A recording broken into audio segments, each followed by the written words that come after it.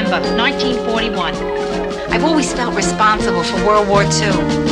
The first thing I remember liking that liked me back was food. I had a bad puberty.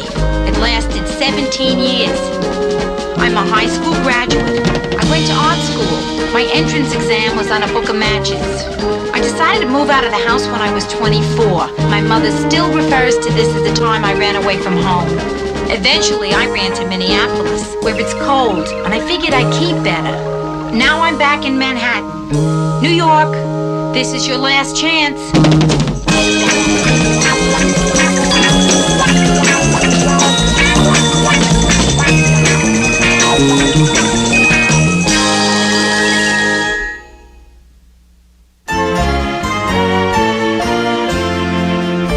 Oh, thanks, Bryn. I can't believe it. You know, it seems like just yesterday you moved in, and here you are moving out to get married. Yeah. Well, someday it's going to happen for you, Brenda. You meet a wonderful guy, fall in love, decide to get married, and be just as nauseous as I am right now.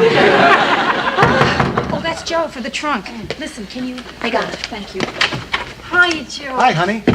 Hiya, Bren. Hello, Joe. I'm gonna miss that around here, too.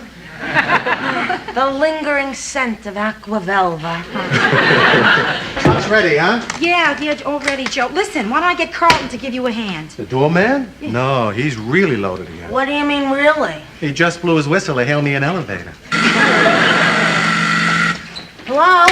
This is Carlton, your doorman, from your lobby, you know. Good, Carlton. You know where you are. What is it? There's this strange woman on her way up. Strange woman? Why didn't you find out who it is? I know who it is. It's your mother. Thanks. You know, it might be my imagination, but I think I'm starting to smell scotch coming through this room. Hey, what's Ma doing here? She's probably coming to reopen negotiations. There's nothing to negotiate. We decided to get married quietly in the judge's chambers, and that's it. Right, Joe? Hey, it's up to you. I'm staying out of it. I'm still getting over my first wedding. Bad, huh? Well, I knew I was in trouble when the minister said you may kiss the bride, and she said, don't smear my makeup.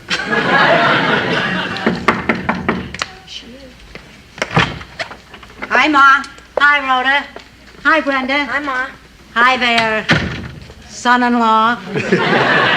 Hi, Ida. Tell me, Joe, you nervous about Sunday? Well, you know, some men on their wedding morning wake up with crazy thoughts in their head like, should I go through with this? Let me reassure you, you should. It's really going to be fun having you for mother-in-law, Ida. Why don't you ever talk to me like that? Ma, when did I ever give you the impression that I didn't think you were fun? Okay, Ida, let me get this trunk out of here. Joe, lift with the legs. Don't strain yourself before the wedding. I'll see you later, Rhoda. Yeah, bye, Joe. Ro, I'm gonna clean some of your stuff out of the bathroom for you. Oh, thanks, Brenda. That's great. Oh, Rhoda. What? To think that in 2 days, my firstborn will be married. Yeah. Where are you getting married again? I keep forgetting. Ma, we have been around on this a dozen times now. Now, just accept the fact that I am not having a big wedding. I mean, you'll save us both a lot of trouble if you just let me do this my own way, huh? You think this is for me? For me? Well, forget me. I'm not important. But what about your father? Think of his feelings. I know it doesn't matter to Pop. Doesn't matter to Pop.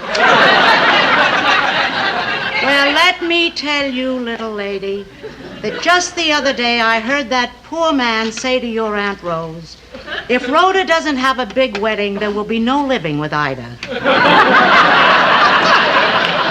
Brenda, did you hear this? Do you believe this person? I'm going to be married in 48 hours, and she is still trying to change my wedding plans. I'm not trying to do anything. The situation here is that I've already done something. If nobody asks what, I still have a chance. Well, I certainly hope that nobody asks what, because what I've done would be very hard to tell you. Because it's huge. And only a mother would understand why I have done this. What? Done what? What? Sorry. Well, since you've asked, without actually clearing it with you, Rhoda, I have asked some people up to the apartment for a get-together on Sunday. Oh, before or after the wedding, Ma? During. Wait a minute. Let me get this, please. You have actually planned a wedding for me at your apartment, knowing that I don't want a big ceremony? What do you consider big? Anything over 12 people. I may have overstepped.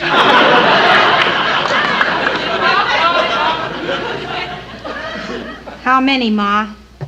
Not counting musicians, 79. Overstepped. You are awe-inspiring. Yeah. You know, in a crazy kind of way, she may be a great woman. You can't do this, Ma. You really can't. Yeah, you're not going to force me into this.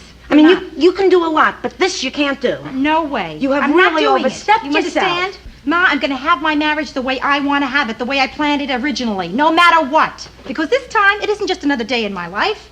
It's my wedding day, and that's it. So, what's your decision? Who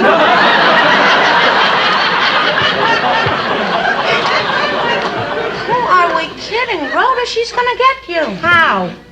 Ma, I'm getting married the way I planned. Okay, Rhoda, you do what you have to do. I'll make the best of it.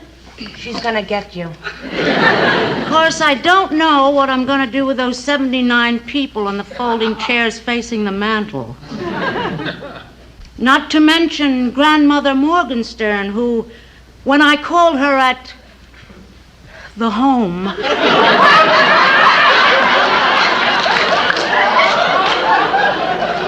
to invite her to your wedding, said that she never thought that she'd live to see you get married. I just hope the disappointment doesn't...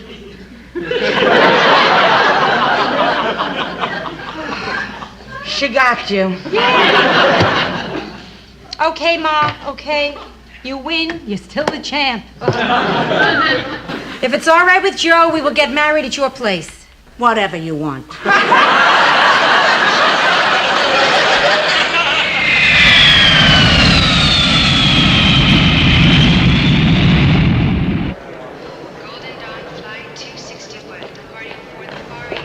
Mary! Oh, Rhoda! Mary! Hi. Oh, Mary. Oh, wow. What happened to you? Oh, well- I thought you were coming in last night. I know. The Minneapolis airport was fogged in. I was there from 7 o'clock last night until 5 this morning. I must look awful. Yeah, you really do, kid. I hate to gloat, Mare, but for the first time in my life, I think I look better than you do. Oh, Rhoda, I've really missed you. You've missed me. I've lost my only link to classy. Ah. I'm so glad you're here. I really, Mary. Oh, boy. Mary, this is weird, but I think I see a man waving this way that looks just like you.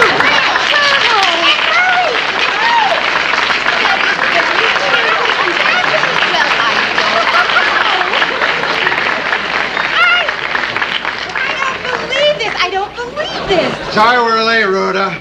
We wanted to freshen up a little. Oh, I'm so happy for you, Rhoda. Oh, Mary Lou. Wow, Lou, what a hug. That is no longer a hug. You are now holding him up. What are you guys doing here? Well, they drove me to the airport, and we sat around talking about you and the wedding. Yeah, they gave us free liquor. We toasted you a few times. And a few more times. And then Mr. Grant said everybody should do at least one dumb, crazy thing in his lifetime, and this one agreed. And here we are. Hey, it's crazy, isn't it? And I'm not a guy that does crazy things, right? Oh, but I'm so glad you did it. Because now 3 of my favorite people in the world are here for my wedding.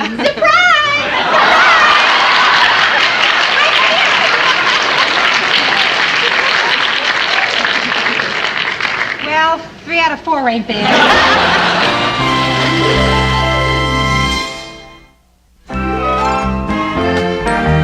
I'll go get our luggage, Lou. I have my claim checks right here. So I'm going to go outside and start pleading for a cab. Nonsense. I reserved the car. I'll drive you. That way, I can point out various landmarks of historical interest. Wait, Phyllis, you were going to show me New York? Actually, I was thinking of Mary. You can sit in the back with Lou and Murray and talk about sports. I just remembered, Lou. We don't have any luggage. I do.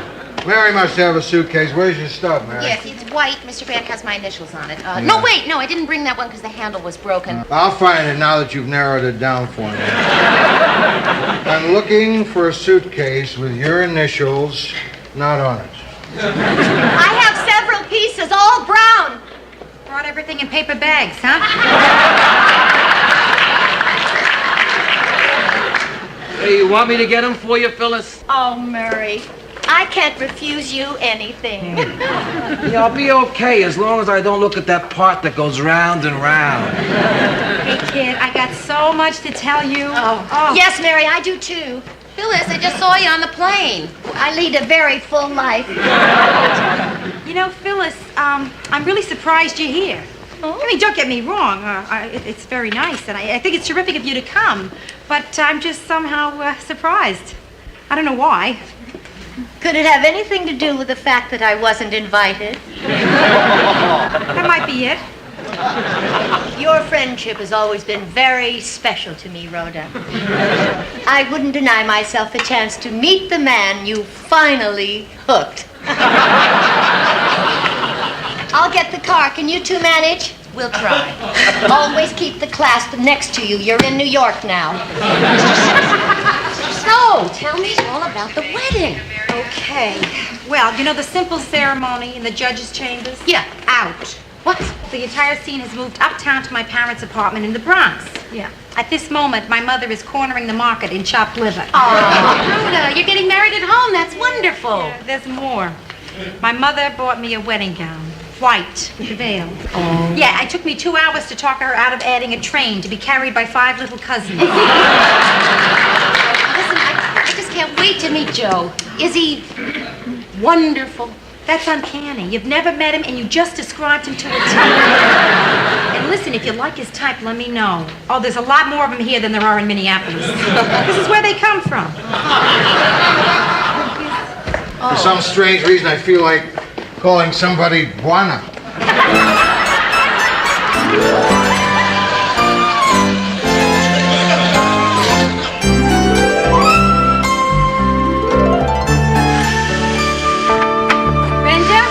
Brenda, we're here. This is Mary and Phyllis. That's my sister Brenda. Hi, Brenda. Mary. Oh, I've heard so much about you. Rhoda does nothing but talk about how terrific you are. Oh. And Phyllis. She's mentioned you too. Brenda, what are you doing? Oh, when you called from the airport and told me there were extra people, I started blowing this up. Oh. I only have one extra bed. Oh, well, thanks, Brenda, but I'm going to be staying with your mother. Phyllis? Me? Sleep here on a balloon? How very thoughtful of you. As it happens, I made plans to stay at a small but smart East Side hotel. Just getting courage up to go back outside. It's a shame you went to all the trouble of blowing that up. Oh, that's okay. I can always use it for a dress form. What do you mean, getting your courage up? I had a shattering experience just now. When I parked the car, I don't want to talk about it in front of the child. Me! She means me! The child can handle it. So what happened? I was assaulted. Assaulted, Phyllis. All that happened was that a man asked us for a quarter to buy some soup. Mary, you silly goose, you don't believe that's all he was after, do you? Soup was just to give him strength for what he really wanted. The city has changed. It's not my Gotham anymore. Suddenly, it's a hostile environment. Place where I can walk into an apartment house and be accosted by some derelict lurking in the lobby. That's all right. He works here. Well, somebody's going to have to walk me to my car. I refuse to be attacked before I even get out of the building. Yeah, there's a better selection of bums on the street. Okay, I'll walk you to your car, Phyllis. Thank you, child. Mary? Rhoda, I'll see you tonight. This is all a fascinating experience. And who knows, someday we may all look back on it and smile.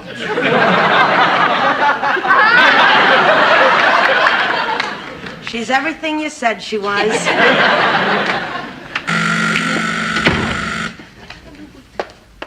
Yes. Hello, this is Carlton, your doorman. Yes, yes. What's his name? Joe is coming up. Mary, Joe's here. He's here. Oh, I know you're gonna love him. Oh, I'm sure I If will. you don't, I'll go nuts. Oh, come on. Yeah, oh, Mary. I mean, I won't call off the wedding if you don't, but I really want you to. Rhoda, I have a feeling I'm going to adore him. And I'm going to be so jealous of you that I'll be miserable for the rest of my life. Boy, I sure hope so. Rhoda, what the hell is wrong with that guy? Is he always drunk? Does he ever do anything else? Joe, this is Mary. Hello. Pleased to meet you. Oh, boy, what a day. It started out with the building inspector. The moron, he says, unsafe, unsafe. I said, of course it's unsafe. That's why we're tearing it down. That's the kind of half-wits that we got working in this city.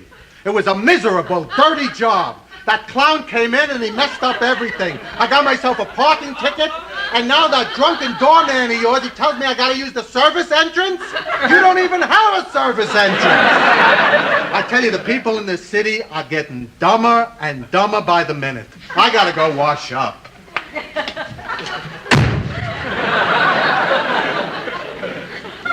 So what do you think? Oh, Rhoda. Terrific.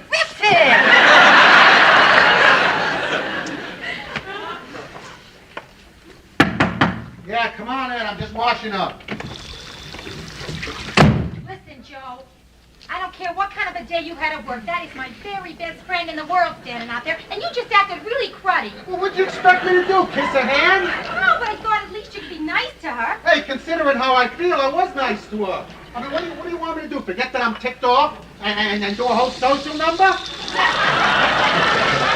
Exactly what I expect. Mary! Yes. I didn't get a chance to say welcome to our fair city.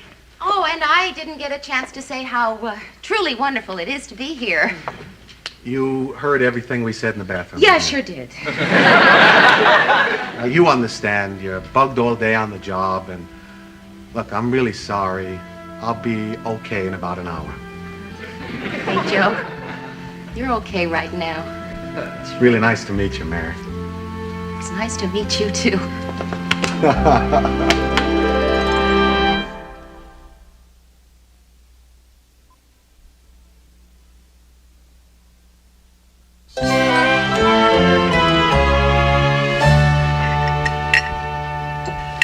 Listen, everybody, there's lots more food. I'm stuffed. If I eat one more bite, I'll die.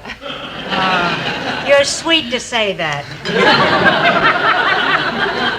Listen, it was at this point that Martin was going to propose a toast, but as you can see, my Rhoda and Joe aren't here yet. Who's Joe? Groom. Oh, yeah. They'll be here a little later. They didn't tell me the reason. They said it was important and I wouldn't understand. You don't know what they're doing, do you, Martin? No, sweetheart, I don't. Like I've been telling you all day and night, I don't know. Well, I don't know who's here and who isn't here. I'm having fun. I love Jewish food. We never thought of steak as Jewish.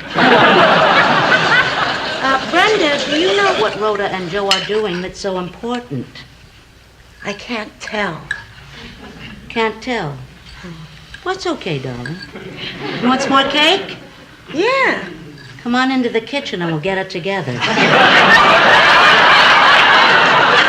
Mrs. Morgenstern, I know where they are, and I really don't think Rhoda would mind if I told. See, tonight's their last night before they get married, and their last chance to have a date. So tonight they're having their last date. Oh. Cute. Cute as hell.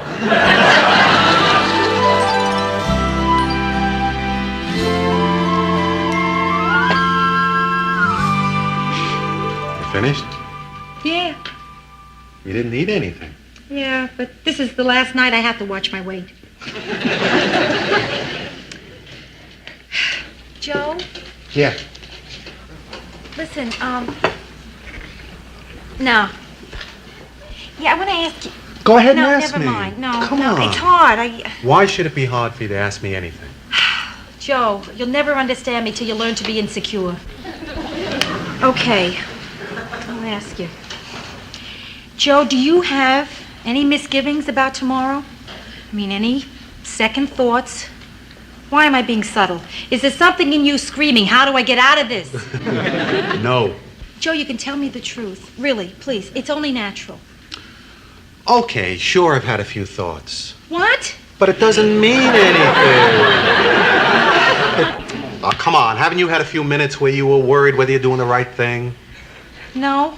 No, not one. But I spent a lot of time wondering if you're doing the right thing. Oh, Rhoda. Yes. Joe, there's a lot you don't know about me. Like a lot what? of stuff. Okay, I'm going to tell you.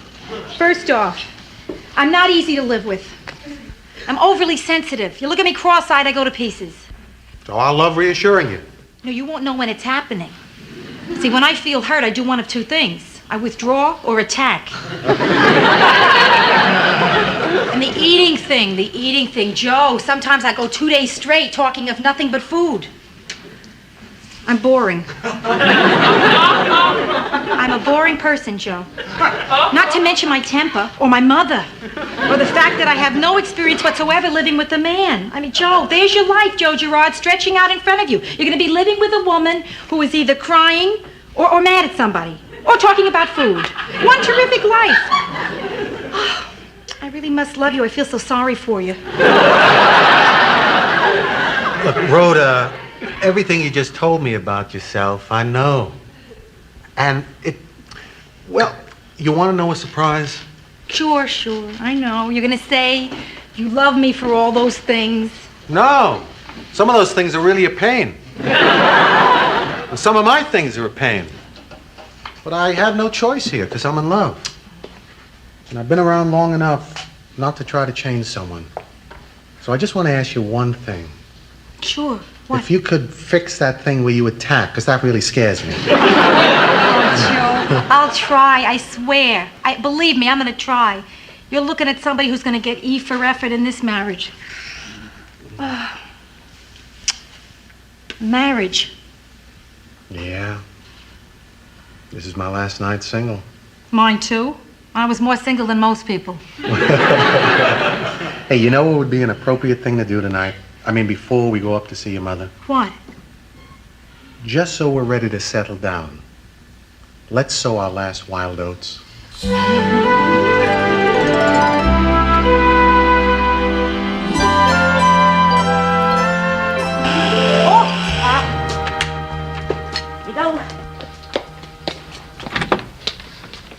Hello, is this the Morgenstern resident? Could you speak up a little, honey? I am speaking of. Well, then maybe we ought to stand closer together. Is Rhoda home? Who are you? Oh, I'm Georgette, and I have an invitation to the reception, and I know it's not until tomorrow, but I'm here already.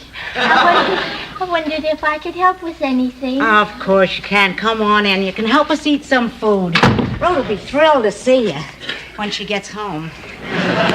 You must be so relieved, Mrs. Morgenstern. What do you mean? Rhoda told me that if she wasn't married before she was 35, you said you'd take all your clothes off in Macy's window.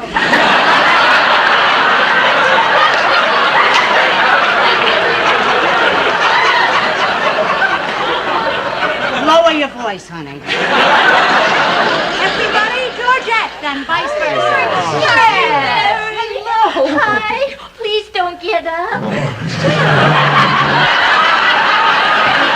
This always happens. I tell them not to get up, but they always get up. Then I say that and they sit down. Georgette, why didn't you fly in with us? I wanted to drive. You drove all the way? Yes, and I had to ask a lot of directions, so I learned a lot about the people along the way. You can tell so much about people by driving through their state. Oh, like what? Wisconsin people are very patient. I got lost there 4 times, but they were very helpful. One of them gave me a piece of cheese. Illinois people are nice, except for some men at a truck stop who kept asking me, "What are you hauling, honey?" Ohio. I don't remember Ohio. In Pennsylvania, though. Georgette. Yes, Phyllis? You know I love you, dear. But trust me, that is not an interesting story. Everybody, look who's here. Georgette! Hello. Oh, I'm so glad you're here. How are you? Terrific. Oh, good. When'd you get in? I just got here. Oh, boy. And did you fly? No, I drove. It was such an interesting trip.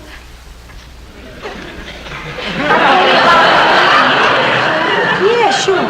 So, how was the big date? You know I love romance, Rhoda. Tell me what you did. Well, I don't want to hear about it. Girls, let's go in the other room. I can't take all this smoke.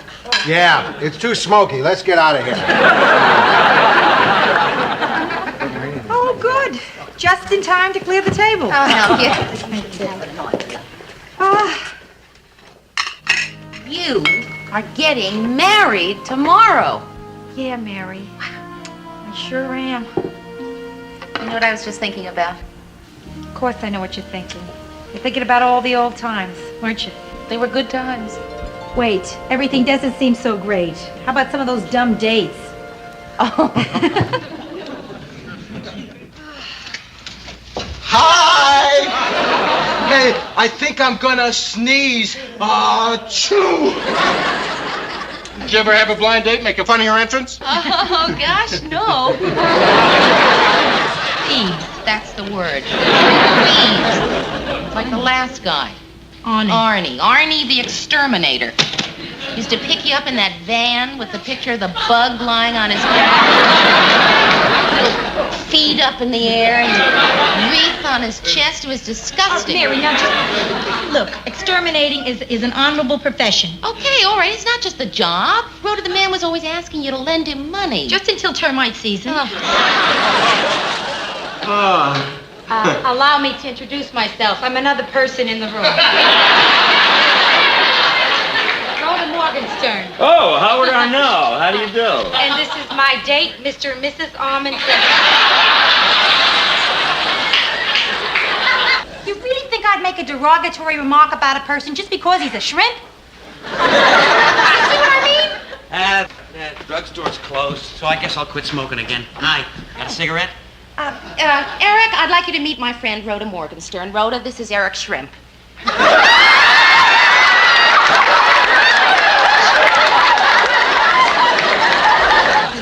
Phyllis, Ben and I aren't getting married. He's not my type. What do you mean he's not your type? He is witty. He is attractive. He's successful. He's single. He's gay.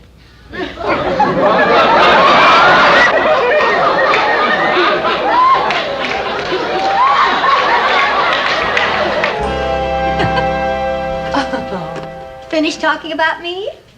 We were talking about you. Oh, come on. Phyllis. Well, I just feel so excluded. I mean, I don't seem to have any real function here.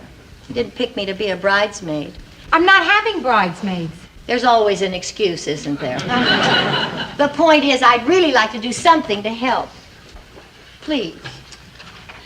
Well, you know, tomorrow everybody's going to be very busy, and I don't like the idea of a limousine, so since you rented the car, you want to pick me up? Sure. Oh, and I don't mind the inconvenience. I think it's the least I can do considering all the great times we had together. What times were those?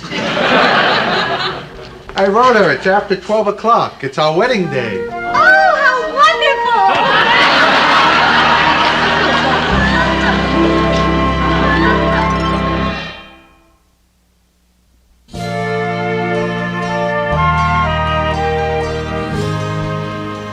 I'm so nervous. will you please relax? Come on, stop worrying. It's just a wedding. Oh, sure. And Sara Lee is just a cheesecake. There you go. You look beautiful, Brenda. Just like a painting. Oh, yeah. I can even see the little numbers. Oh, Ro, I have something for you. Oh, what? Your first wedding gift. Oh. I found it in a secondhand bookstore. A discreet marriage manual for the demure young woman.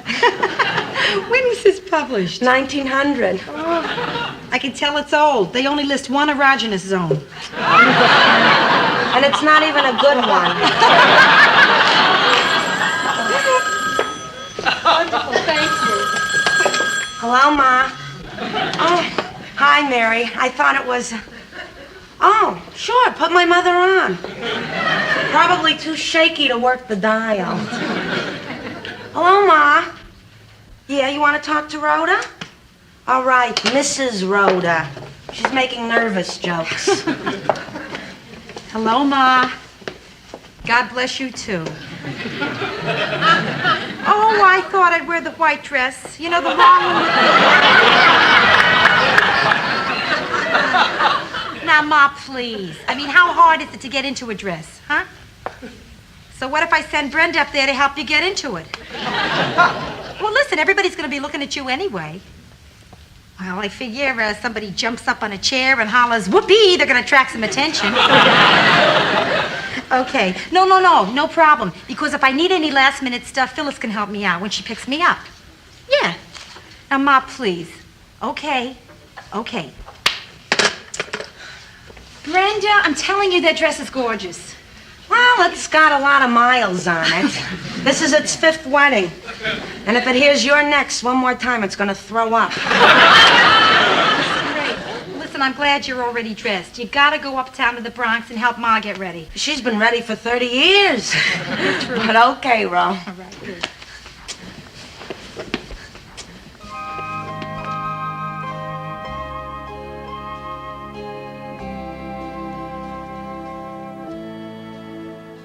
No answer, huh?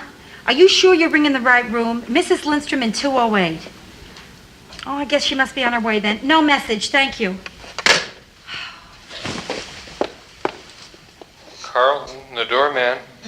Yes, Carlton, this is Rhoda. Now, I'm waiting for a blonde woman, slightly overdressed, a little too much makeup, looking like she's in a hurry. Have you seen anybody like that? Seen him. I kicked 3 of them out of the lobby last night.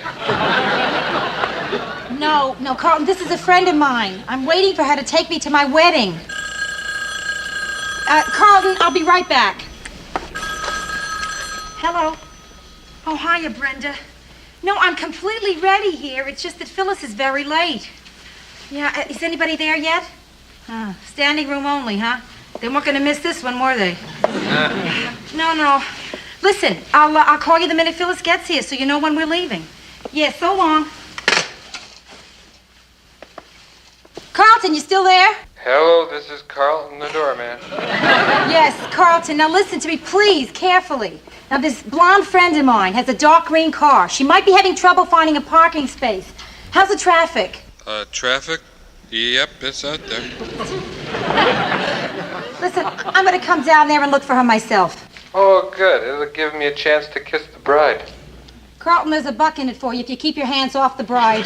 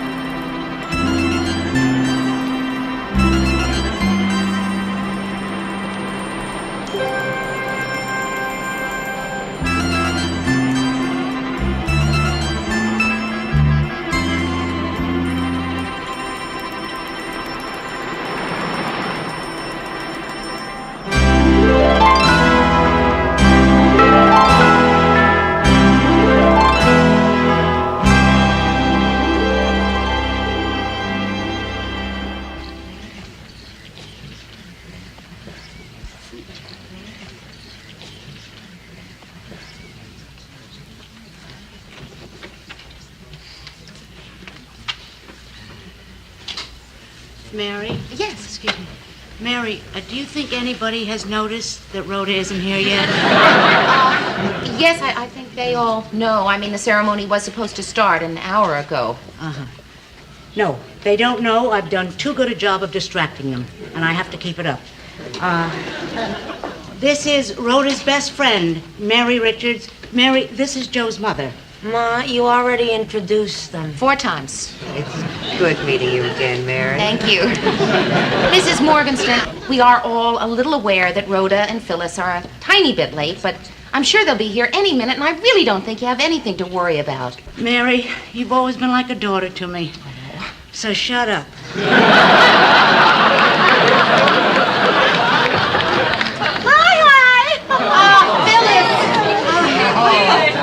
You don't know how glad we are to see you. My, what a reception. Apparently this dress is everything the lady at Bergdorf said it would be. Phyllis? Yes, Mary. Where's Rhoda? I don't know, I just got here. Oh, my Lord, I was going to pick her up, wasn't I? Phyllis, how could you? I'm sorry. She forgot to pick her up.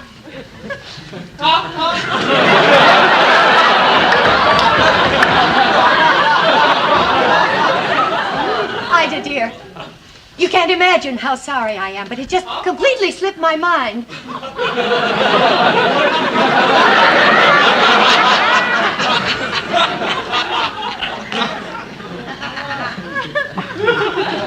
You know, I wouldn't do anything like this intentionally. Anyway, Rhoda's such a clever, resourceful girl. I just know somehow she'll get here and everything will be just fine and we'll all end up laughing about it later, don't you think? I'll kill you.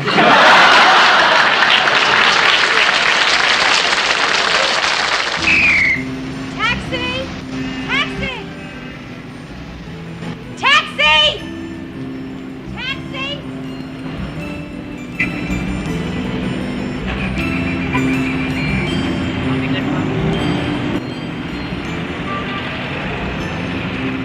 Hey, taxi! Hey! Hey, taxi! Hey! Over here, cab!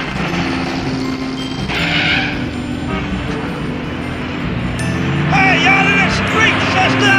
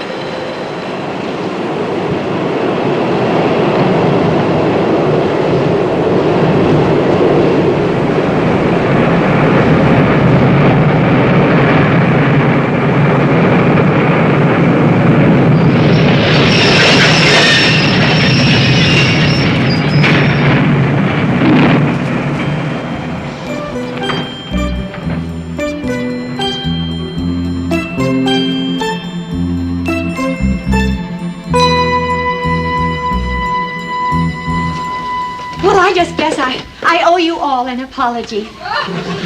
All right, I should have picked her up. It was my fault for forgetting.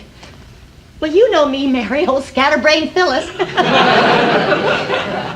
Lou, you understand. I had so much on my mind. You know how trying it can be to properly coordinate your accessories.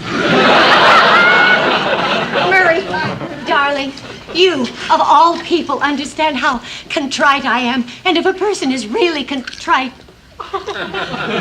Joe, I'm so sorry.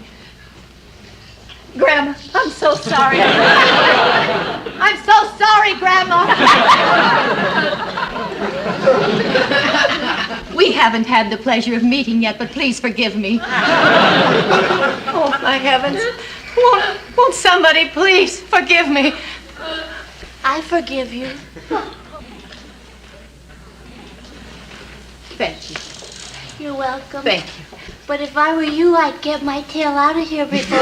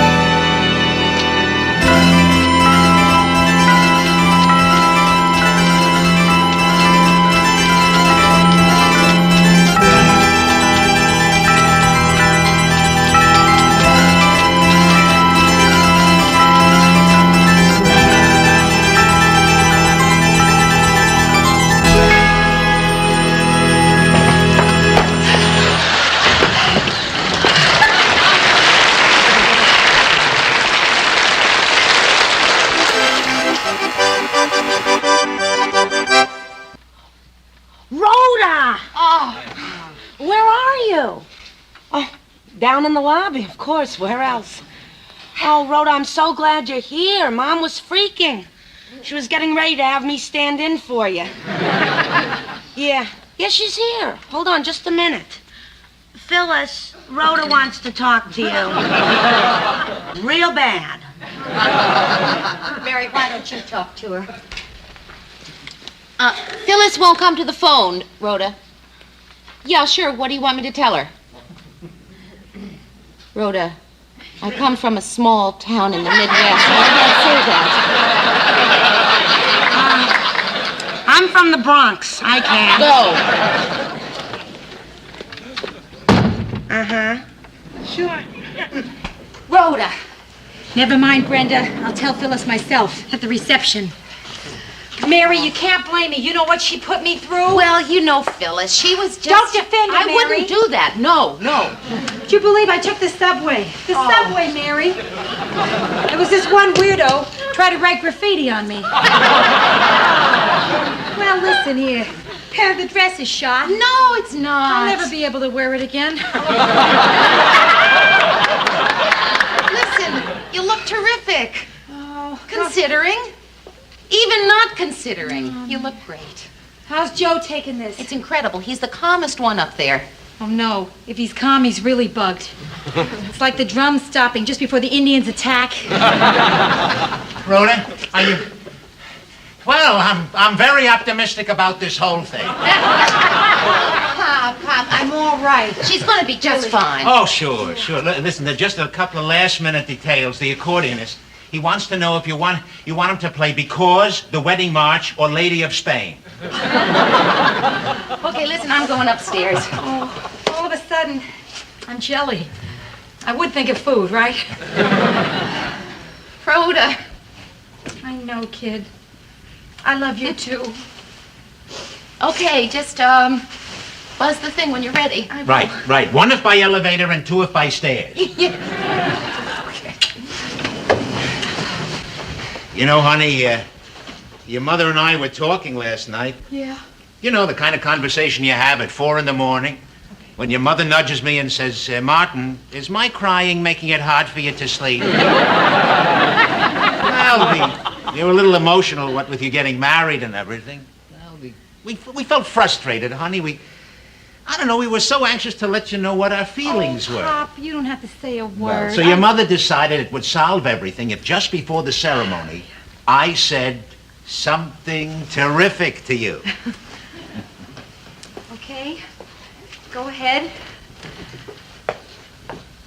I don't have anything. I don't know. I was hoping at the last minute something would hit me, but it hasn't. Pop, listen, I know how you feel. You don't have to say anything, really. And it's sweet of you to be worrying about it. No, honey. I have to come up with something. It's a father's duty. Fathers.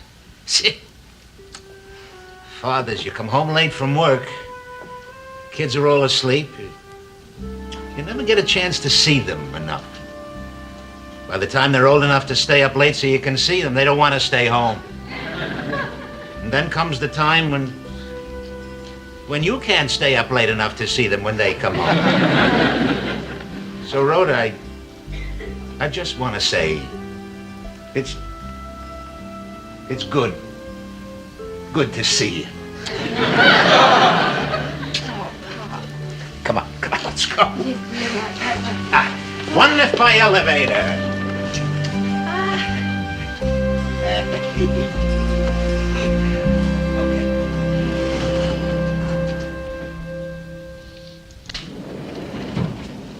Rhoda, your bouquet. I left your bouquet in the icebox. You wait here, I'll get it. Okay.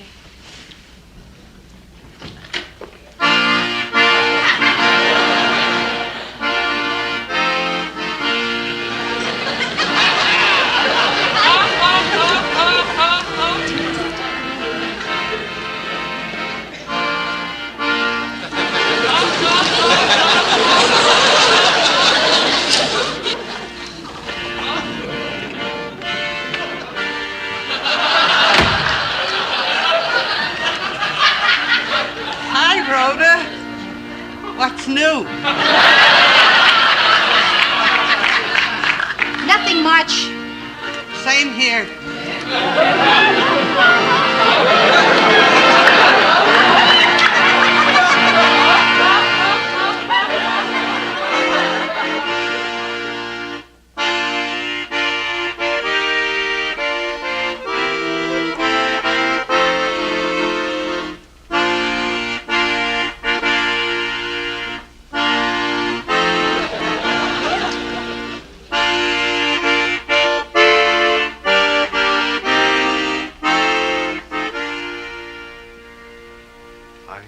Hi. Don't smear my makeup. Family and guests. Rhoda and Joe have chosen to write their own wedding ceremony and marriage vows. What's wrong with the one God wrote?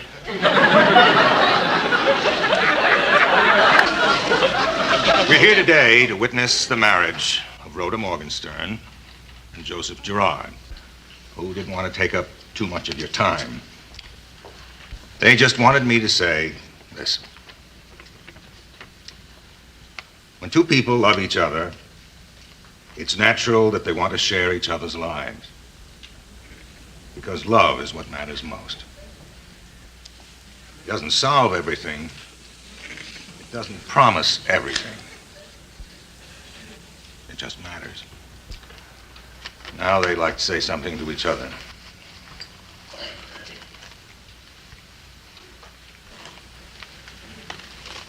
Rhoda, let me tell you, nobody in the world is happier than I am right now.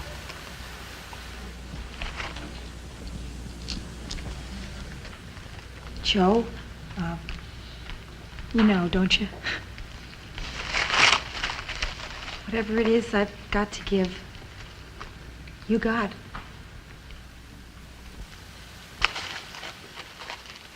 Do you promise to stay together, to grow together, and to trust each other, as long as you both shall love? I do. I do. By the authority vested in me by the state of New York, I now pronounce you married.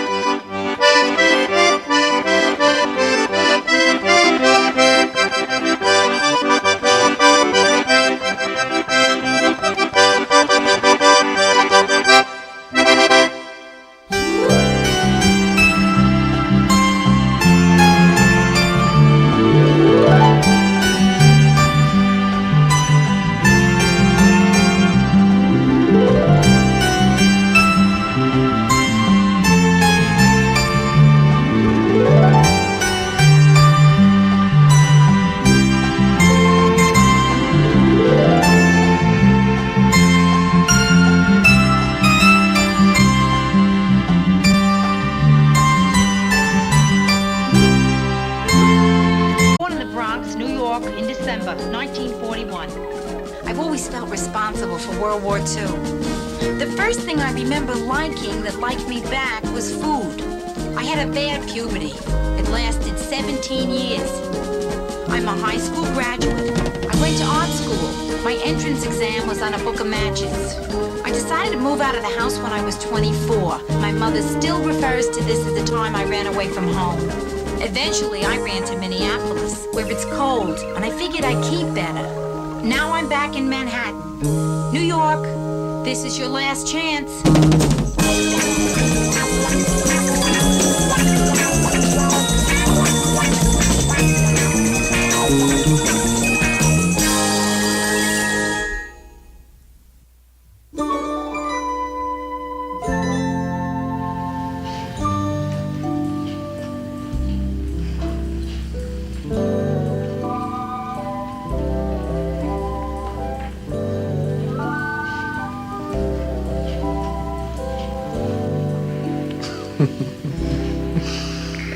Hello.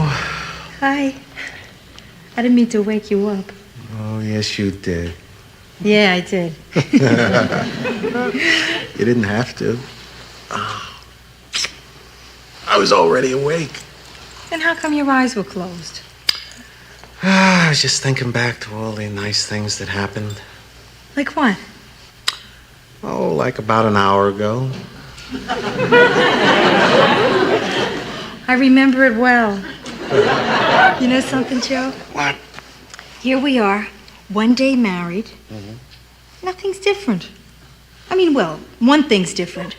For the first time in my life, there's a stomach muscle that's relaxed.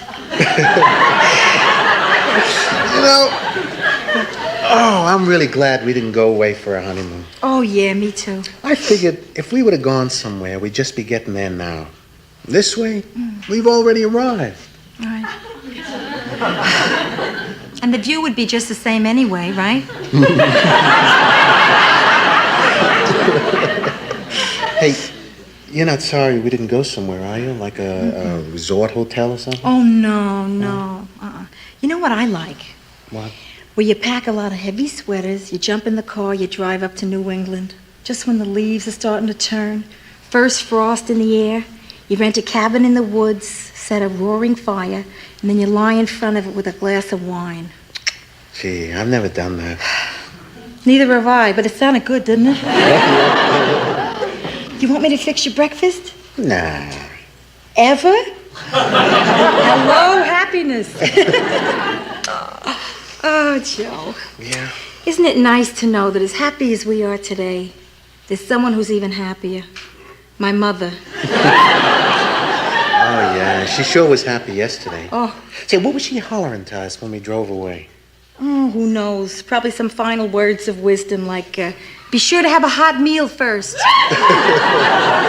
Hey, you know what? Let's try never to do anything routine. Right. I mean, just because we're married, let's not jump out of bed at the last minute and grab coffee and, I don't know, run. Let's do this every day. Oh. Okay? Okay, yeah. Except, Joe, we might not always be awake like this at 4:30 in the morning.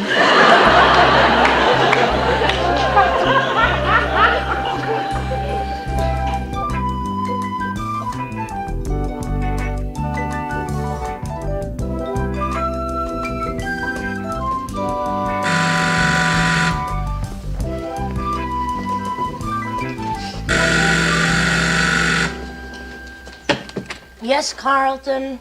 Yes, this is Carlton, your doorman. I thought I'd tell you, your sister, you know the one who's been out all night? Well, she finally got home. She's on her way up. Carlton, I hate to spoil your gossip, but she got married yesterday. She doesn't live here anymore. Oh. Then I guess my hottest item is that they're hiding a puppy in 5E.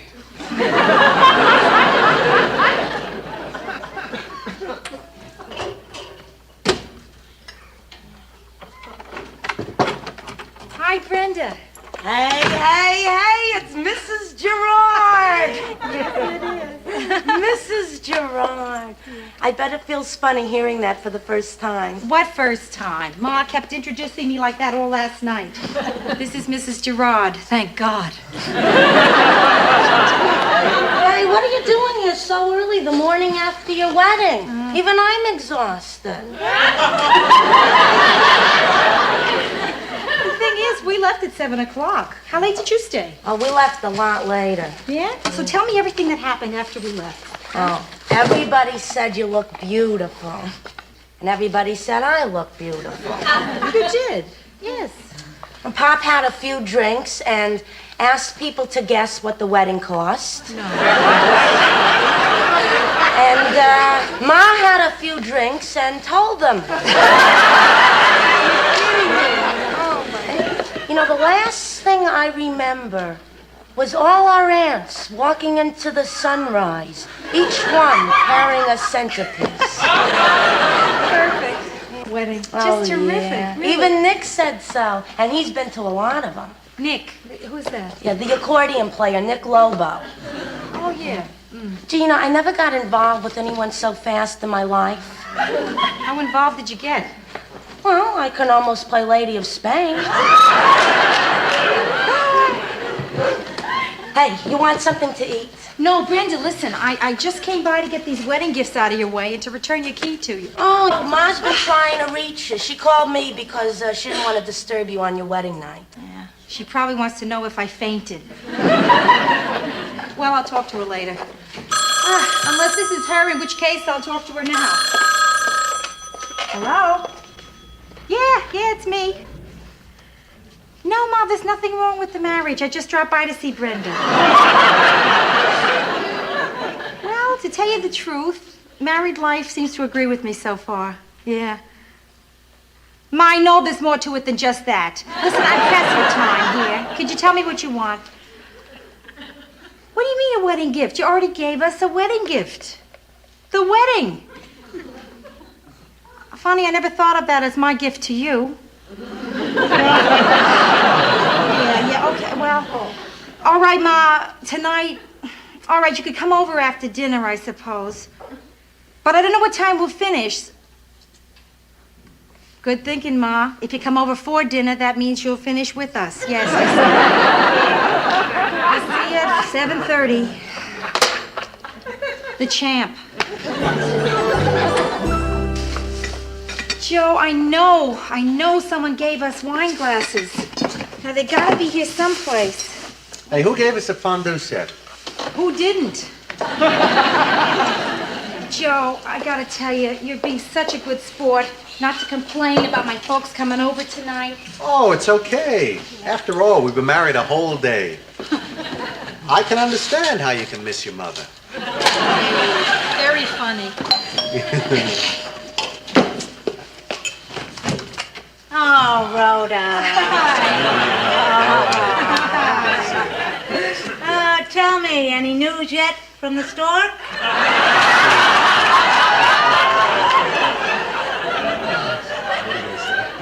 Ma, there's only one heartbeat in here. Mine. Hi, Joe. I noticed when you came in, you just have Mr. Joe Gerard on the mailbox. You'll have to get some new cards. That also includes your front door. That's right. Later, Joe, she'll check the name tags on your underwear. Wedding dress. Ma, are you sure you don't want me to get that bronzed? Hey, you know, it's great that you're both here. Yeah, well, I'm sure you mean that, Joe, and we'll get out of here as soon as we can. Oh, come on, please, sit down. Can I fix anybody a drink? Ida, what do you think? No, thanks. Dulls the taste buds. Ma, what we're having for dinner, you don't want taste buds. Yeah, well, what speciality did you make for your hubby's first dinner? Well, hubby was late. I got tied up, so I stopped at Chicken Dandy and got a barrel of assorted parts. Which parts? I got 2 of everything.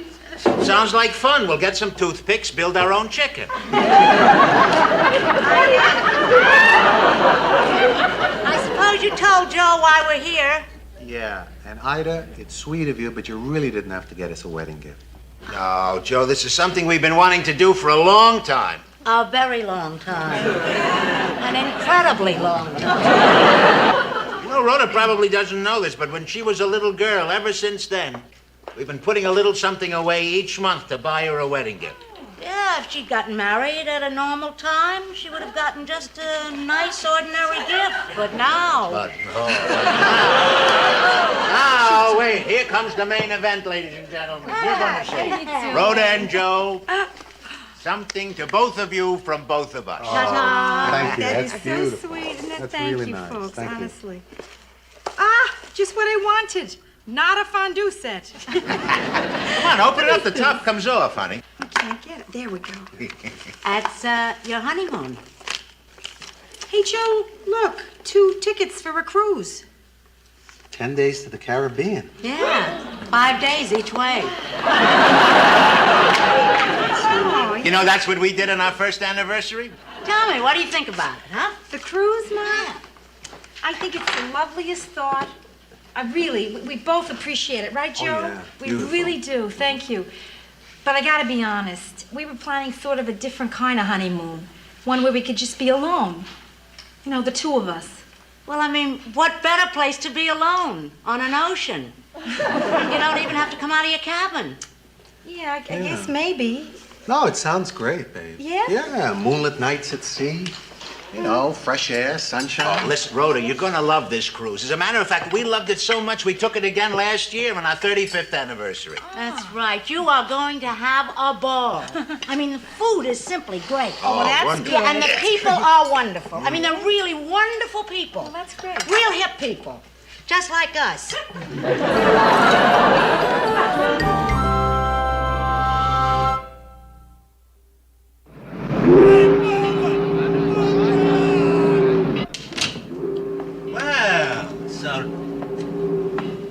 So this is it. Well, I kind of thought Rhoda and Joe would be here by now. No, if they were here, we would see them. See, I hope the kids are going to like it, Ida. Oh, listen, they're in love. They'll like anything. Look who's here, Brenda.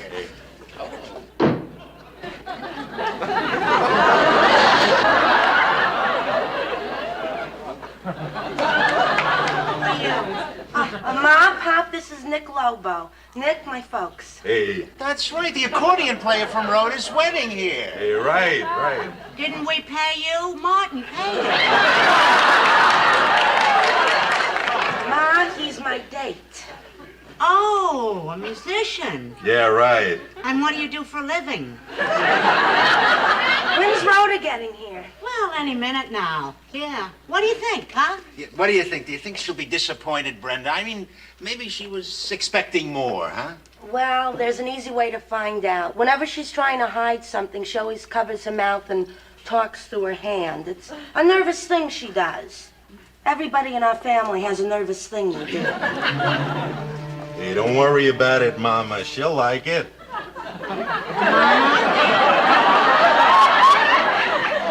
Why are you calling me Mama? Hey, all mamas are alike, right? I mean, what's wrong with me calling you Mama? I didn't give birth to you. Good point, Mrs. Morgenstern. And don't bend over when you talk to me. Bye. I'm glad you 2 hit it off.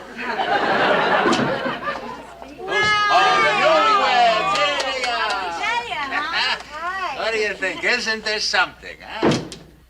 Something wonderful. Nice. Yeah, it's absolutely wonderful. Did you catch it, Ma? Okay. Listen. It may seem a little small now, but when we leave, it gets larger. Listen, relax. Don't you worry. A honeymoon doesn't take up that much room. Hey, son of a gun, you're going on your honeymoon, eh? Hey. Who are you? Hey, Joe, that's Nick. Nick Lobo from the wedding. He's the accordion player. Right. Oh, yeah. You were very nimble. Hey, yeah, you must have been watching my left hand, huh? I'm watching it right now.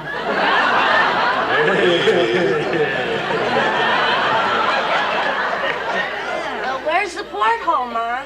There's no porthole? Who needs a porthole? Yeah, especially below the water line. What? Listen, let's open the champagne. Yes, What do you say? Yeah, why don't you do that? Joe and I are just going to step in here for a minute. That way the cork will have room to come out.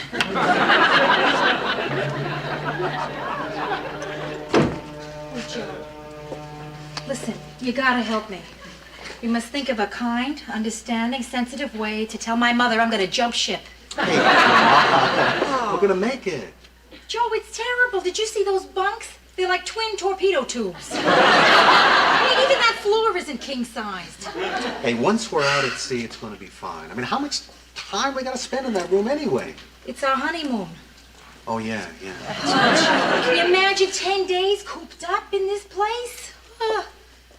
Joe, are we standing in the shower or does the closet have a drain? No, this is a combination bathroom, closet, and wet bar. Where am I going to dry my pantyhose? I'll have to run them up with the flag. Come on, you two. The champagne is getting warm. Hey, come on. We're gonna have a great trip. Oh, Joe, you're so good. Maybe we can get together again after the honeymoon. Well, let's grab a glass and have a drink here. Oh, thank you. That's it. Come on, everybody. All right? Here's a toast. Here's to a great cruise. Right. Huh? There you are. Right. And it's going to be a wonderful, wonderful party. Right. Mama?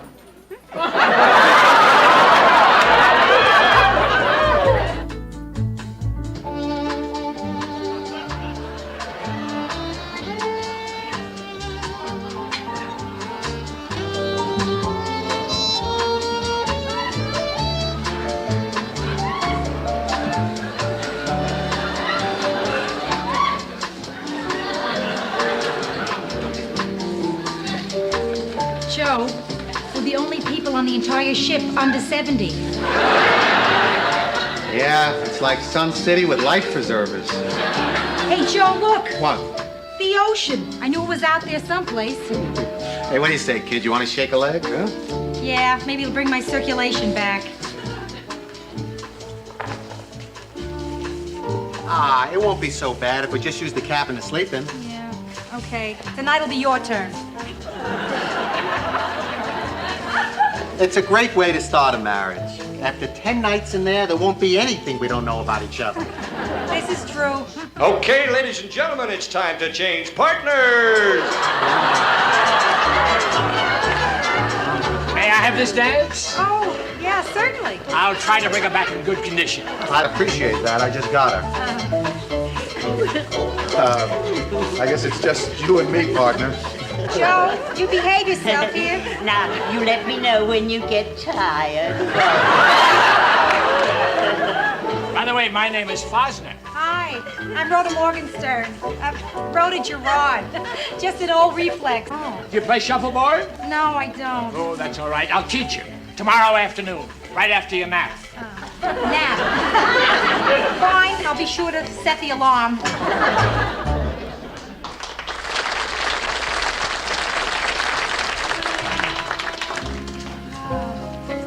Do you suppose my mother planned this so nobody would look better than me on my honeymoon? What do you say we sit this one out, huh?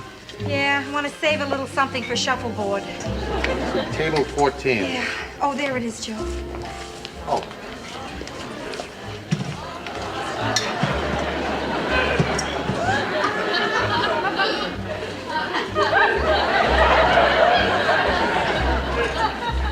Gee, I wonder if he's here with somebody. I wonder if he's here.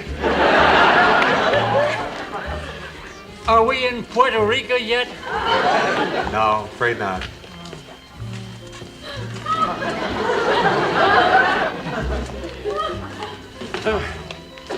Hi. Hi. Boy, that dancing really knocks it out of you, doesn't it? I can't keep getting exhausted like this. Why not? It's a vacation. You should have some fun. This isn't a vacation. This is the hardest job I've ever had. I'm the doctor of the ship.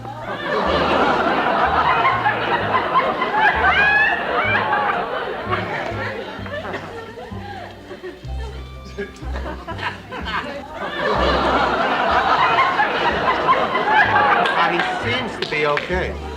When I see somebody sleeping around here, I take their pulse. It's okay, a little slow, but he's still sleeping. Attention, Dr. Derwin. Dr. Derwin, you're wanted on D-Deck Cabin 3 and A-Deck Cabin 6, and could you please hurry? I ought to paint a red cross on the side of this tub. If we're gonna get sick, we better do it in a hurry. That doctor doesn't look too frisky. Well, my little dancing partner. Hi, Mr. Fosner. How nice you're sitting with us. Mrs. Fosner? Are you celebrating an anniversary? They do big things about anniversaries aboard ship. Oh, no. This is... Don't tell me you're on your honeymoon. Yeah, we are, Mr. and Mrs. Fosner, but we'd really like to keep it quiet. Hey, good evening, ladies and Geritol. Hey. And with this group, there must be plenty of it. Only kidding. Hey. How you doing? Nice to see you up and around. I want to give a special welcome to the Tri-State Senior Citizens Association, who are with us for their annual get-together here, ladies and gentlemen. That's marvelous. With this group, a get-together as if they can walk toward each other. Hey, only kidding. Wait a minute. Oh. A little duck told me the secret word tonight is honeymoon. Joe and Rhoda Gerard, where are you kids? Who told them? I think that little duck was my mother. Wait a minute, I see him. Spotlight on table 14, please. Well, Joe and Rhoda Gerard, so you kids are on your honeymoon. Isn't that lovely? How long you been married? A week. About a week. Good memory, Joe. Hey. And Rhoda. I've been married about a week also. A week. Oh. Hey. But seriously, folks, as is our custom here aboard ship, Joe and Rhoda are going to dance their very first dance alone. No, they're not. No, they're not. Hey. Let's give them a little encouragement here, folks. Little encouragement. Oh, come on, honey. You gotta. Oh, come on. If you want to encourage me, I can encourage you all night. Okay, we'll do it. Oh, they're going to do it, folks. They're going to do it. Beautiful. Maestro, if you please. Oh, how we dance on the night we were wed. I needed a wife like a hole in my head. Boy, this is gonna be some trip. He touched me. Why don't you just waltz me slowly toward the exit? Good idea.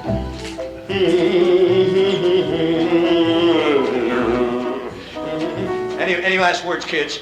I pray your cord doesn't reach to our cabin. Only kidding. Nice to see you, darling. You're beautiful. La.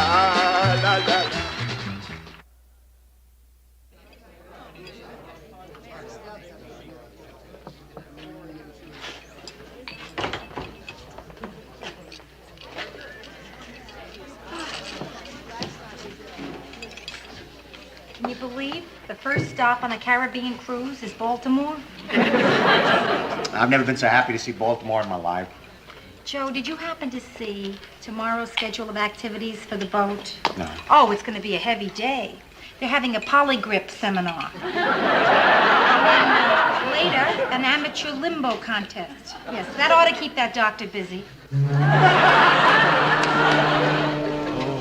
I think they're calling us. Yeah, I heard him. Right. I guess we better be getting back on board. I suppose so. You wouldn't want to miss the boat. Nope, sure wouldn't. No. Let's have a drink first. Great. Bartender, can we have, let's see, 2 screwdrivers with fresh orange juice? I'm sorry, sir, but fresh oranges are out of season. We'll wait.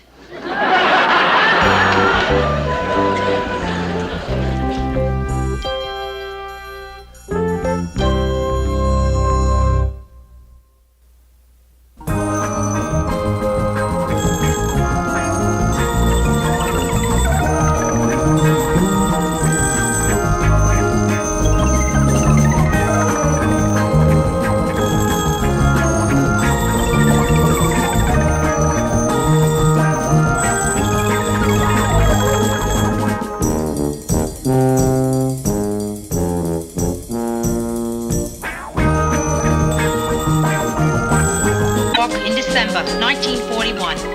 I've always felt responsible for World War II. The first thing I remember liking that liked me back was food.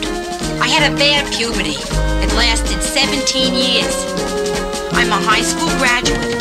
I went to art school. My entrance exam was on a book of matches.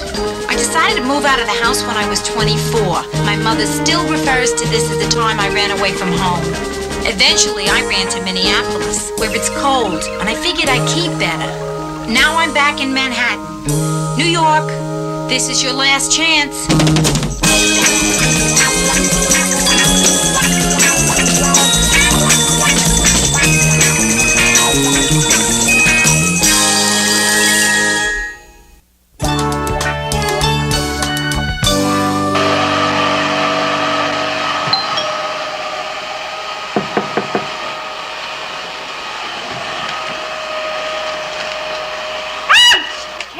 Don't shoot. I'm not a burglar. If you're not a burglar, what right have you got to break in like that? I'm Jill. I'm a friend of Joe's. Look, I'm sorry I scared you. Scared me? I'm a New Yorker. I'm scared of everything. Where'd you get a key? Same place you did.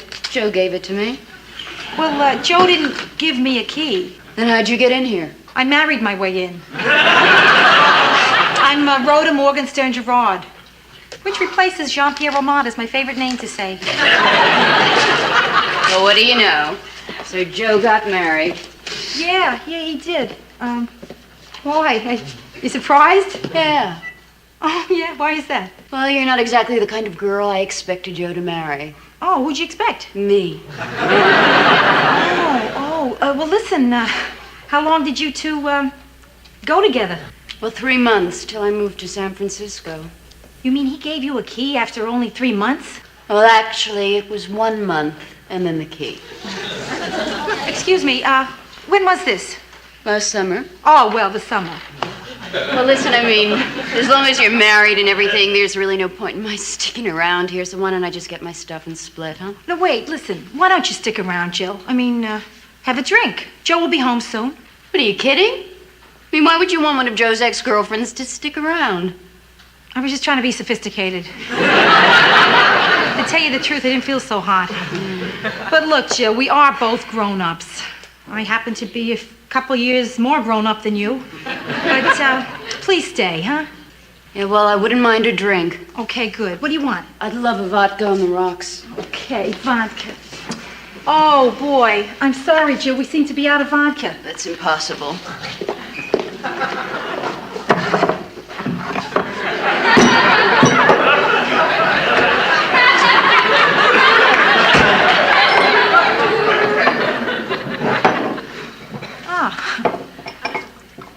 Do you know where the floor wax is?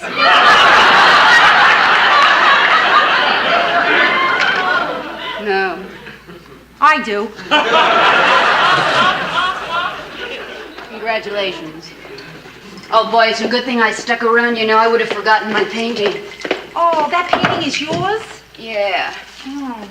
How about the fish? That's Joe's. Joe's? Too bad. Hi, honey. I'm home.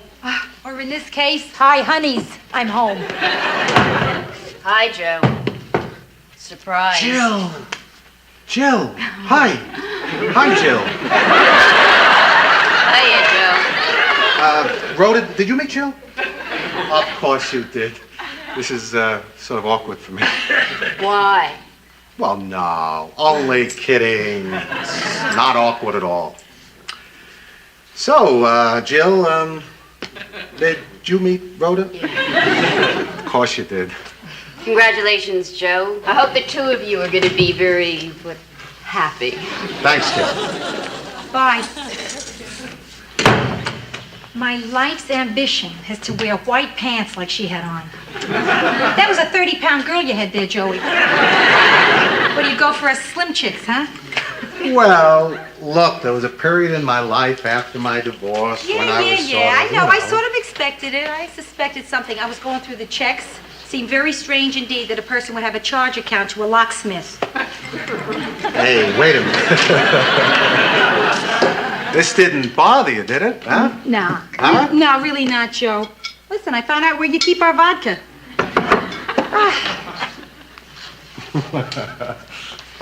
Joe, ever think about moving to a bigger place? Oh, come on. You're just bothered by an old girlfriend there. No, I'm not. I swear, that's not just it. I mean, it does bother me a little, I'll admit it. Because actually, this place, I don't know, doesn't feel like our place. It feels like your place. A little like her place. Rhoda, look, aside from the fact that we didn't move here yesterday together, what is wrong with this place? Okay, all right. There's no bedroom. We have a bedroom, we just don't have any walls around it. Joe, all my life I've wanted a separate bedroom.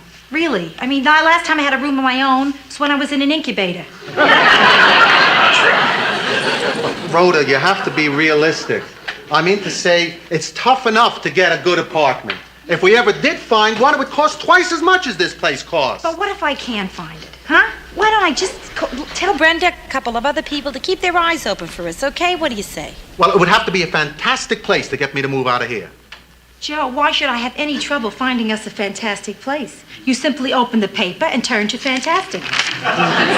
Well, look, we can't afford it much more than we're paying right now, you know. Here we have it, Joe. Fantastic and cheap. Huh? Fantastic and cheap 3 bedrooms. Fantastic and cheap 4 bedrooms. Fantastic and cheap 5 girls. What? Oops. That's a massage parlor. Fantastic and cheap 12 bedroom.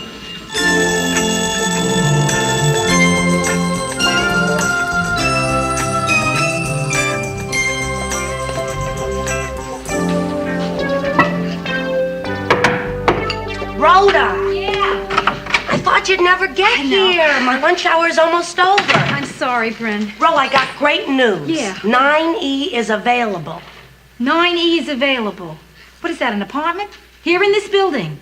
Brenda, that's great. What's it like? I hear it's got a huge living room, oak floors, a fantastic bedroom, a fireplace, a sunken tub, a terrace with a view of the city. It's terrific. Great. When are Hugh Hefner and the bunnies moving out?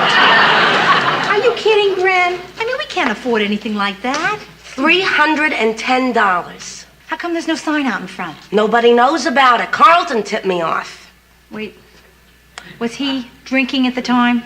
Yeah? Then it must be true. That was really sweet of Carlton to tell you. Oh, not so sweet. He wants a bribe. Oh. But, Ro, you gotta take this apartment. Easy now, Brent, wait. I gotta see it first, right? Then I gotta show it to Joe. Then Joe will want me to look at other places. But, Ro, there's no time. Tomorrow the for rent signs go out. It's gonna look like a land rush around here. Okay, yeah. All right, we better look at it right away. Oh, Ro, it would be so great to have you living here. I've really been down in the dumps since you moved out. I could tell. I saw the empty ding-dong cartons in your garbage. Hello? Hello, this is Carlton, your doorman. Carlton, this is Brenda. And this is Carlton. Right. Carlton, listen, my sister's interested in 9E. Oh, is she, gonna take care of me? Okay, Carlton, how much you want? How much you got? Come on, name a figure. $27,000. Too high, huh? Carlton, listen. How much do you want just to show me 9E? Will you buy me a bottle? No, but I'll give you $1. Oh, good. Then I can buy 2 bottles.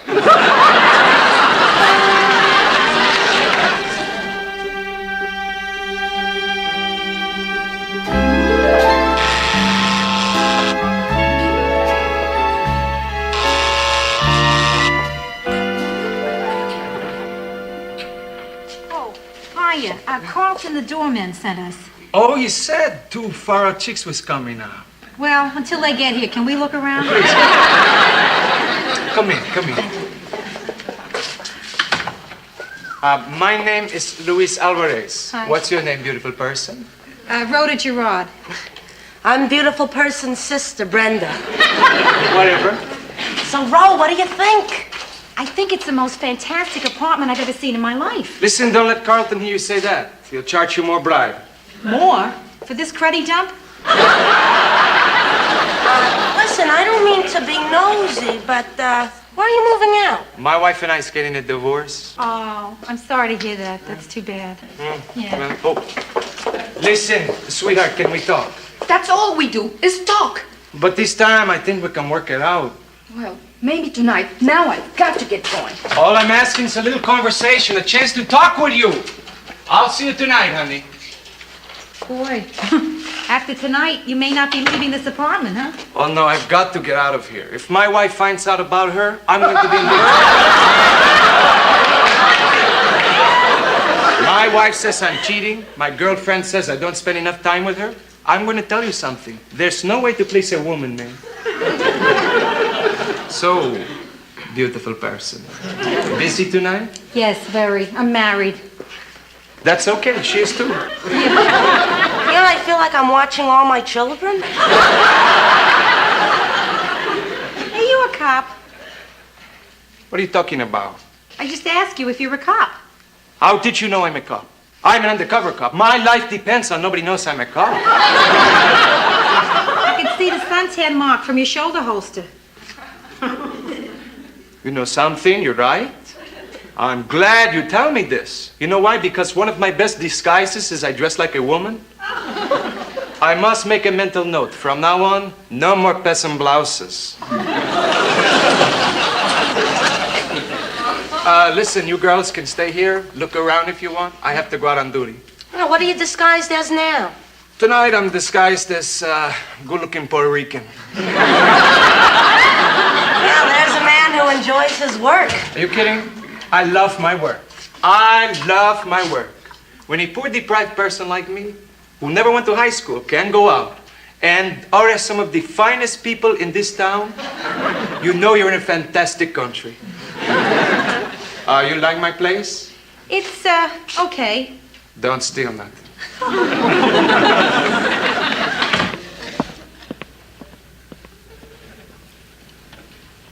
It's incredible. I love this place. Did you see that terrace in there? Oh, the bedroom. It's beams, Ro. Oh, it's beams. I know. I'm going on the... I love it. I love this place. Ro, you gotta take this apartment. I've never seen anything like it. It's gorgeous. I know. I love it. I just love it. But Joe's got to love it, too. I'll make him love it. I'm going to call him right now and tell him about it. Ro, can I listen on the extension? So I want to hear how happy he'll be when you tell him about it. York Wrecking Company, yeah. Hello, Joe, it's me.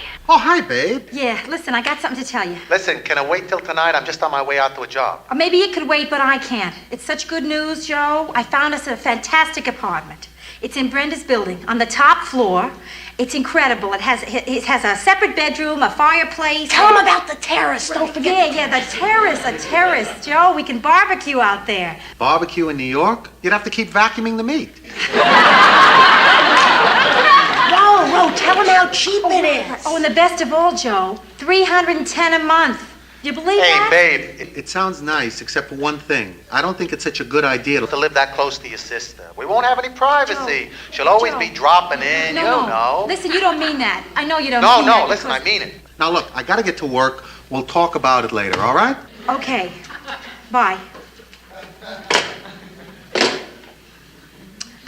Brenda, I'm so sorry. Listen, you know that Joe didn't mean it the way it sounded. I mean, you know Joe. You know what he means. Yeah, he means he doesn't want to be around me. No, I'm sure that's not what he meant. Ro, He meant to say look, do me a favor, please. Let's not talk about it again, Brenda, okay? Because I understand exactly how Joe feels. You do? How does he feel? He feels like he doesn't want to live near me. And I can understand it. Because sometimes I feel that way about myself. Oh, Brenda, listen.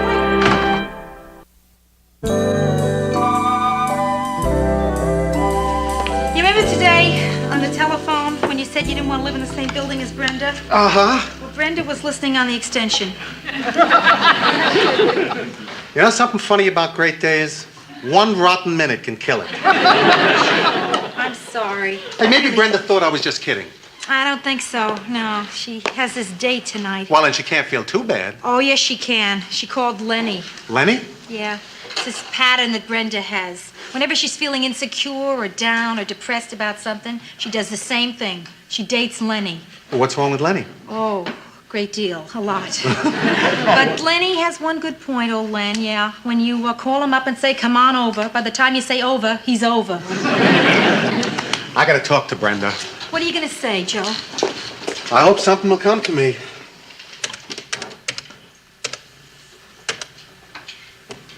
Nothing's coming. I better go see her. Listen, I'll go with you. No, I appreciate the offer, but it's all my fault. What? Well, you're saying that just to make me feel better. No, I'm not. How do you figure it's your fault? Remember when you called me on the phone? Yeah. And I picked it up to answer it? Yeah. I should never have done that.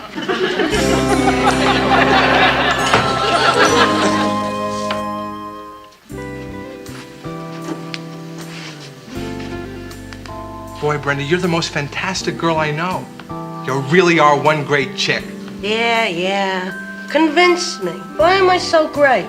Why? Because your toes are great. But what else? What's good about me besides my toes? Well, you're smart. You really help me with my problems. Yeah, except you still haven't passed your CPA exam. I mean, how long can it go on? Every 6 months, you take that test and fail. I know. I've taken that test so many times they gave me a parking space. Look, next time you'll pass the test, I'm sure. Sure I will. I'm really gonna study this time. Well, good. When's the test? Tomorrow morning. Tomorrow morning? Shouldn't you be studying now? Maybe I should. But I'd rather be with you. You really think I'm terrific, don't you? Of course I do. You are terrific. You're weird, Lenny. Would you? I get it myself, but I don't want to walk on these great toes.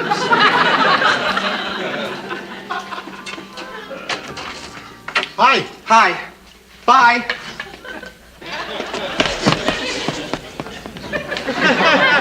What's wrong with him? He's shy.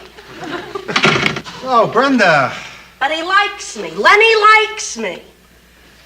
So, Joe, what can I do for you? Well, Brenda, I understand you heard what I said on the phone today, and I want to explain what I meant. Oh, please, Joe. It's okay.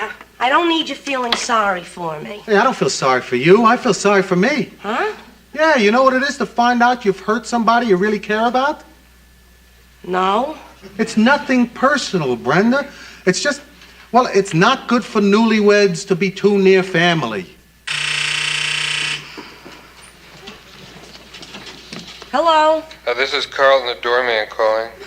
What is it, Carlton? It's about 9E. If you want it, you gotta decide fast. The super's on his way to get a for rent sign painted now, and there's already another couple ready to take it. A couple? But the sign isn't even painted yet. What couple? Sign painter and his wife. And if they don't take it, someone else will. It's gonna go fast. Trust me on this one. Carlton, they're not taking the apartment. Whoever gets it, gets it. Then would they be interested in a 56 Chevy? Has the original tires. No, Carlton.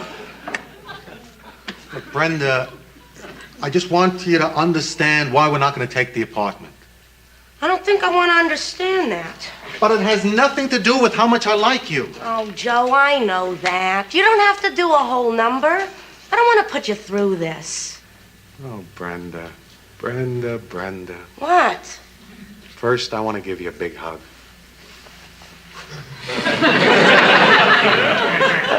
What's this hug for? Because I love you. Wow. Then you're going to take the apartment? No. No, even though it sounds great. Listen, Brenda, you got to understand. Rhoda would be running down to your place every time she had a problem. You'd be up at our place every time you had a problem. You know what I mean, don't you? Yeah, I do. And I think you're being real honest with me, and I appreciate it. And if we can be this honest with each other, then why not live here? What do you mean? Well, Joe, you know, if you ever feel like I'm bugging you, you can just tell me to get out. I can be that honest with you? Sure. I'm not that thin-skinned. Okay. Okay? Does that mean okay? Yeah, we're going to take the apartment. Hey, neighbor! Let me go tell Carlton. Carlton, the doorman. Carlton, we'll take it. Oh, great. I'll give it a wash and fill up the tank with gas for you.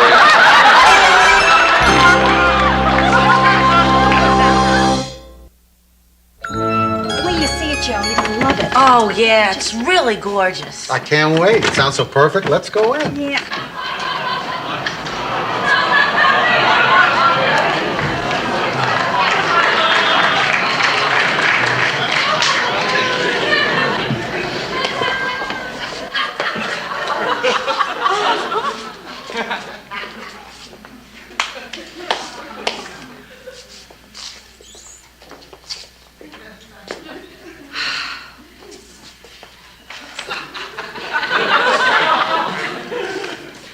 Listen, a few plants should do wonders. You believe this? Have you ever seen anything like this? Hey, what happened here? My wife, Hurricane Shirley. I come home this morning, I find it like this. She said she's going to come up, take a few things out. She takes my fireplace. Few things, huh? The only thing she left was a view. Serves me right for marrying an Anglo. They've got such hot tempers. Well, she takes everything. She took my uniforms, my gun, my best dress. If you think it's bad here, please, don't go in the bedroom. What? Don't go, listen to me when I'm telling you. Don't go in the bedroom. There's a flood in there. Oh, what's that big white blob? She punched in my water bed. I tell you not to look. Look, Rhoda, it's gonna be okay. I mean, all it needs is a few coats of paint here, some wallpaper there, a pump. Well, I finally got my bedroom. Some women get to buy a bedspread. I get to start my own rice paddy.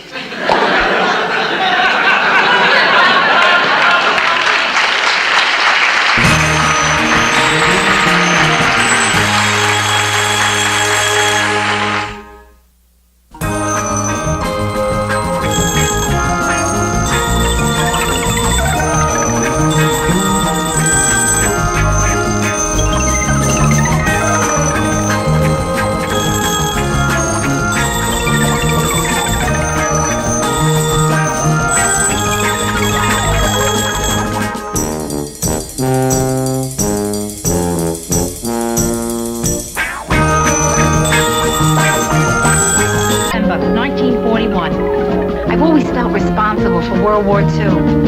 The first thing I remember liking that liked me back was food. I had a bad puberty. It lasted 17 years. I'm a high school graduate. I went to art school. My entrance exam was on a book of matches. I decided to move out of the house when I was 24. My mother still refers to this as the time I ran away from home. Eventually, I ran to Minneapolis, where it's cold, and I figured I'd keep better. Now I'm back in Manhattan. New York, this is your last chance.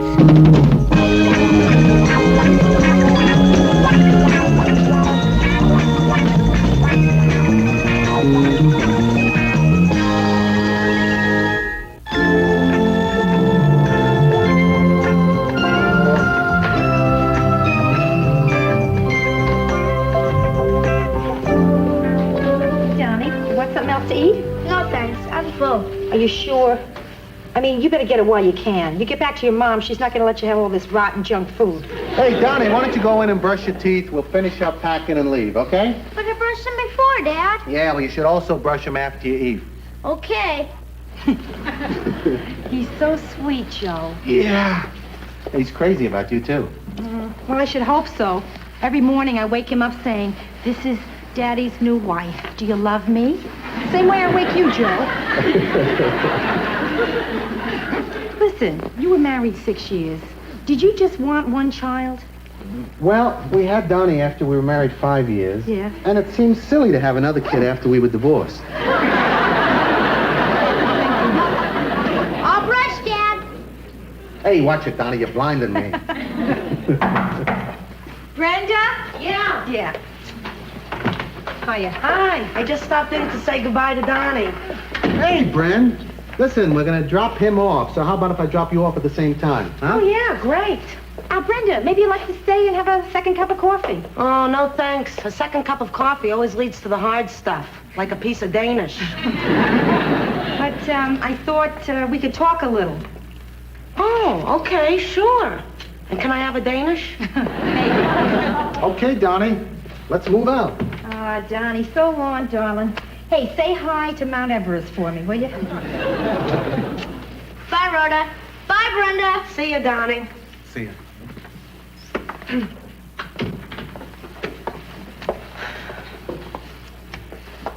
So? But what's on your mind, Ro? I'm 2 weeks late. For what? Oh,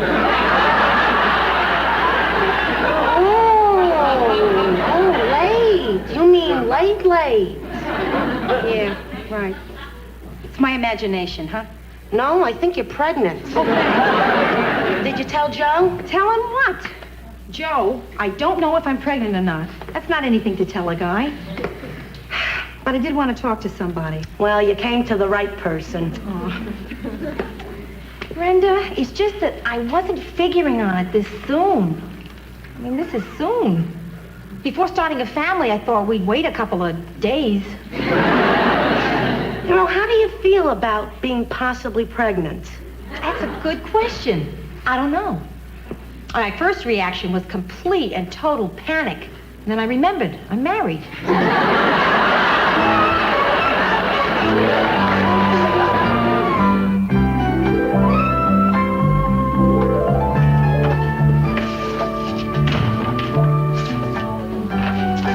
hi, Joe. Hiya, May. Any messages? Mm-hmm. Two, they're on your desk. My wife called? Which one? Look, May, to avoid confusion, I have one wife and one ex-wife. So if I want to know if my wife called, I'll say did my wife call. If I want to know if my ex-wife called, I'll say did my ex-wife call, okay? Okay. Neither one called. You want me to order up some lunch, Joe? Oh, no, thanks. No lunch? Nah. Joe, it's very obvious that something is bothering you. Yeah, I guess so. Well, I hope you don't hold it against me if I don't ask you what's wrong. Okay, I will tell you what is wrong. Hold it. This is the very reason I didn't want to get involved. I just stopped smoking. When I get nervous or involved with people's problems, I can't stop, you know? Then, May, don't smoke. It's too late now. Or it will be if you light my cigarette. Hey, May, you know, I hate to see you start again. Don't worry about it. I can quit anytime. I quit yesterday. I quit today. And I'll probably quit tomorrow. What's bugging you, Joe? Well, you know what it is. You're the bookkeeper. Things are real slow around here, and, well, I'm worried about that bid I submitted, that demolition job on 28th Street. Is that it? Well, I'm so glad you talked to me. I knew I'd cheer you up. Think positive, you'll get the job. But that's what I'm afraid of. I bid too low. I get that job, I'm going to lose my shirt. Well, why'd you bid so low? Because we need the work. Oh, Joe, I'm sure you've been through rough times like this before, haven't you? Yeah, I guess I have. And I'm sure you didn't think you'd find a solution, right? Hey, that's right. But you did, didn't you? Hey, I sure did. Thanks, May. Of course, you didn't have a new wife to worry about. Or a brand new apartment to pay for. Or all that furniture. And wait till you get a load of that bill of bills that came in today. Whew. Look, May, hold it. Now, remind me never to tell you my problems. Well, if you don't tell them to me, Joe, who are you going to tell them to? Well, how about my wife? You mean you tell her stuff like this? Sure. Oh, that's terrific. Modern couples telling each other everything, huh? I'll tell you, my husband never told me a thing. Though I wish he had. Because now that he's dead, I'll never know why he left so much money to his secretary.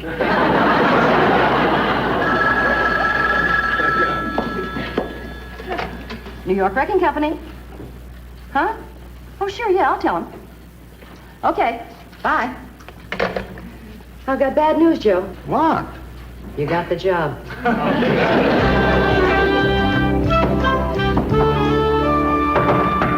It's me, Brenda. Oh, just a minute. Hi.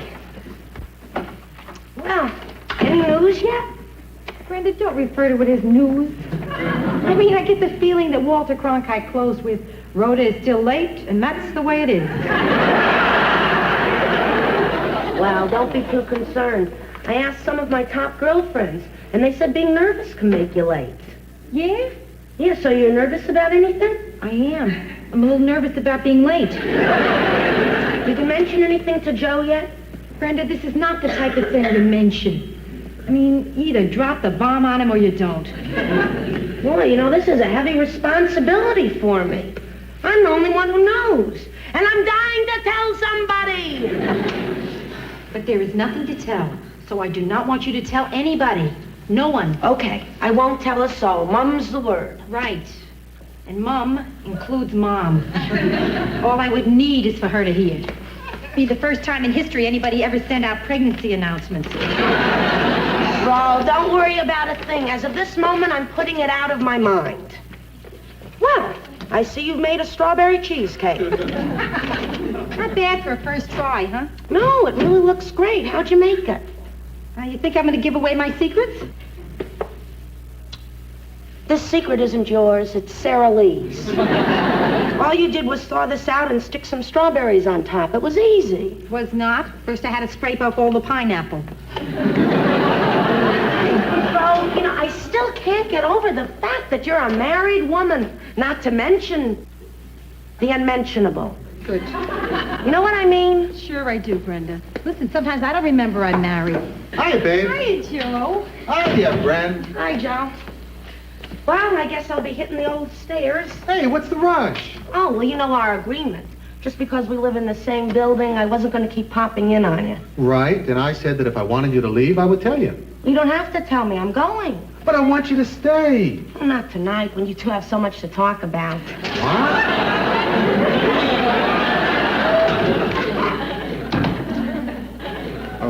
Rhoda? Yeah? You have something you want to talk to me about? Nothing that can't wait for a while. Well, I have something I want to talk to you about, too. Well, then why don't you go first, Joe? Rhoda, this isn't an easy thing to tell you. Listen, what's easy to tell anybody these days? Well, you know, the economy is kind of down, and, well, they're not putting up as many buildings in New York, so they're not knocking down as many. So business is kind of off, and, well, we may have to tighten our belts. Yeah. That's it. So what's your news? Well, my news is that it might be rather difficult for me to tighten my belt.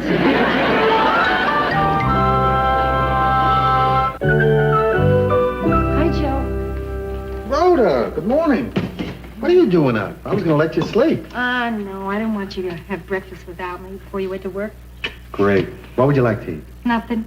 I will have some black coffee, though. Okay.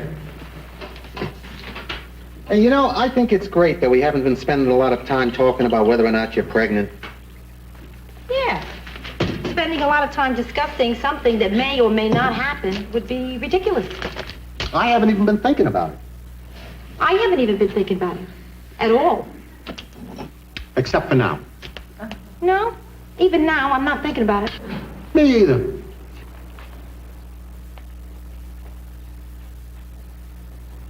This is what's called a pregnant pause.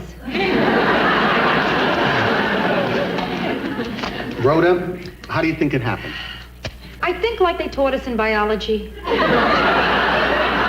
If it happened, if. Yeah, but weren't you on the pill? Oh, yeah, I was, Joe, but I might have made a mistake. After we got back from the honeymoon cruise, I noticed I had one extra birth control pill, but I was short one seasickness pill. Well, at least we know you're not seasick. Joe, listen, if, and I'm saying if, you hear that? If it turns out that I'm pregnant, how would you feel about it? Well, you don't know if you are. I know, but if I were, if I were. Well, if you were pregnant, I'm not sure how I'd feel. But since you're not sure, I know I don't know how I feel. Yeah. How can you be sure of an answer when I'm not sure of the question? How would you feel? Concern, mainly. And then I'd wonder how good a mother I'd be. I mean, I always remember my mother saying, Rhoda, I am not going to make the same mistakes with my daughter that my mother made with me. You know, everybody who ever has a kid says that, and then everybody always makes the same mistakes. I mean, Joe, I'm sitting here. I'm not even sure if I'm pregnant, and I want her home by 11 o'clock.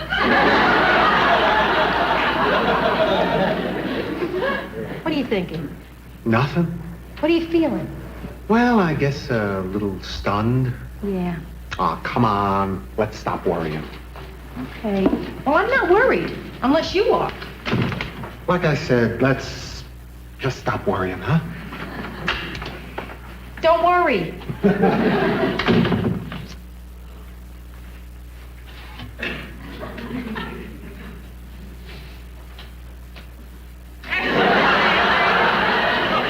Cool. Yeah. This is Carlton, your doorman. Yeah, what's happening, Carlton? There's a lady on her way up to see you, and she looks suspicious. Then why did you let her up? Because everybody in New York looks suspicious. Carlton, I'm disappointed. You told me you were going on the wagon. I am on the wagon. You sound drunk. I guess I've been drinking so long I talk this way all the time. I see. Rhoda? Oh, Susan. Hi. What a surprise. Boy, you got some weird doorman. Oh, don't I know it? He did everything but frisk me. Well, he probably thought you were smuggling in a puppy under there. I wish you were. The other 4 kids have been wanting one. Susan, you're looking wonderful. Rhoda. Yes, you are. Listen, I think it's true what they say about pregnant women, having that special glow. That special glow is something that pregnant women made up, so they'd feel better about looking like this. Yeah, I'm okay. Hey, how about a cup of coffee? Oh, I'd love it. Do you want a piece of cake? Yeah. You're not on a diet, huh? No, I used to do that, but no more. From now on, they eat what I eat. Hey, Rhoda, I brought you a shower present. Oh, Susan, what for? Well, I felt so dumb bringing you diapers for your bridal shower. So I thought I'd get you something good for a new bride. Oh, you didn't have to do that. Go ahead, open it. All right.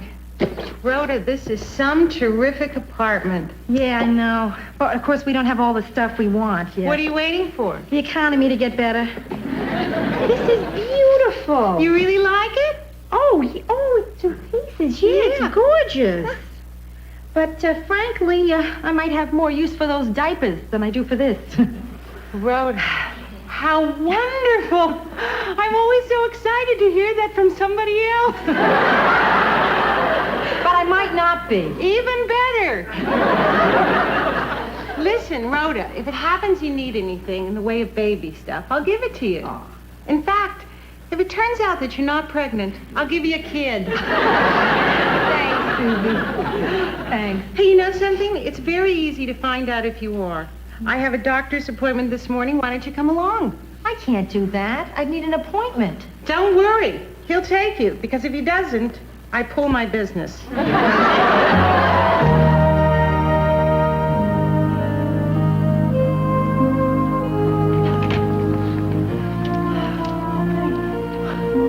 This looks like our senior class at graduation.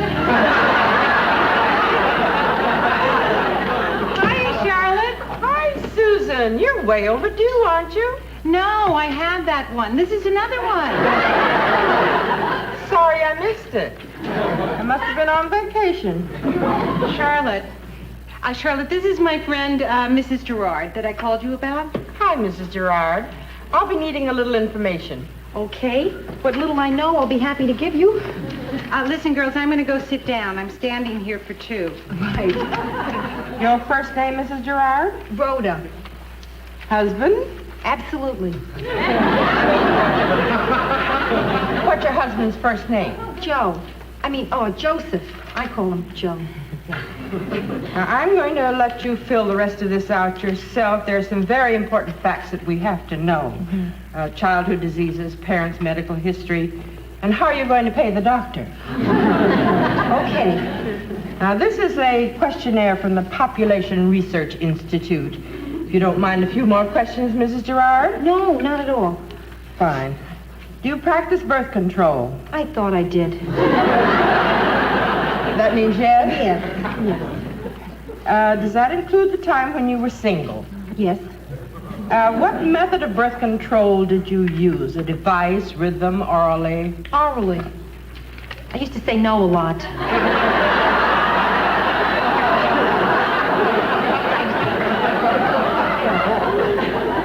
If you discovered that you couldn't have a child, would you be willing to adopt one? Oh, yes, I would. Would you consider adopting a minority child? Yeah, sure. Which minority would you prefer? Jewish. I'm sorry, I was just joking. I was kidding. I do that when I'm nervous. Any minority is fine. Yeah. Thank you very much. That'll be all. Now, if you'll take that to room 4 and disrobe, the doctor will be with you in just a moment. Okay. Thank you.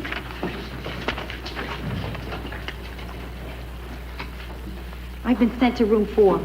Room 4? Hey, you're lucky. That's the room with the heater.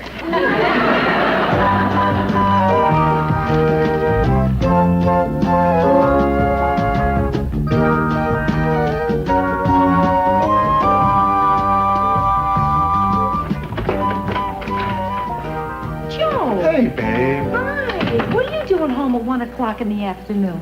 Oh, I don't know. I just came home to have a special little lunch with you. That's sweet. Joe, that's so gorgeous. Well, it ought to be. It's page 27 of Bride magazine. I love it. What if I didn't come home? Oh, well, I was going to give you 10 more minutes, and then I was going to invite Carlton up for a glass of wine. For Carlton, you wouldn't need a glass. So, would you like to eat? Yeah, Joe, are you in a big hurry? Oh, no, I got lots of time. Oh, good. Why don't we sip a glass of wine first? That's a great idea. Oh, boy, this feels funny. What? Oh, pouring wine for a beautiful woman on a weekday at 1 o'clock in the afternoon. It's like we're having an affair. Yeah, terrific, huh? And we don't have to worry about my husband walking in on us.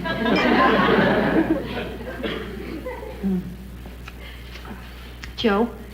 Yeah. I went to the doctor this morning, and I took a test, And and I'm not. you're not. No. 15 years I'm out of school. I'm still flunking tests. Rhoda, you're not, disappointed? In a way, yeah. But I'm also relieved. I mean, I have nothing against having a baby, but I think it's something we should plan for, Joe. Yeah. You know? I mean, that way, when it arrives, it's something that we really want, rather than something we got. Sure. No, I agree. That's funny, disappointed and relieved. Yeah. Those two things happen together a lot. You know, there should be a special word for it. Yeah. How about disrelieved? Disrelieved, that's fine. Yeah, it's like the time I tried out for cheerleaders. I was disappointed I didn't make it, but relieved I didn't have to wear one of those short little skirts. Oh, by the way, I got some news for you, too. Yeah? Yeah, you remember that bid that I told you about? Yeah. We got the job. Oh, no, Joe. Well, you can't lose them all. In the meanwhile, let's forget about all the money it's going to cost me and have a nice lunch, huh? Okay, I'm for that. Oh, Joe, that's beautiful. Yeah, pastrami, pickled herring, sour cream, tongue, cheese, shrimp. Yeah, I got you all the things that I thought you would like if you were pregnant. We're in luck. Those are all the things I like when I'm not pregnant.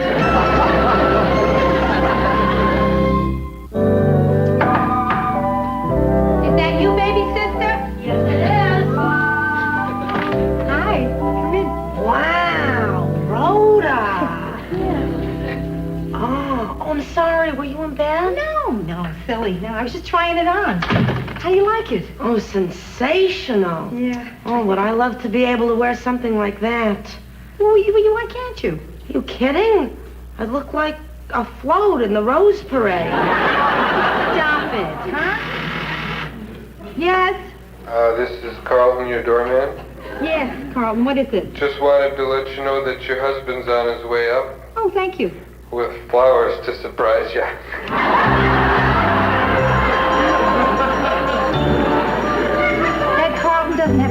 bone in his body.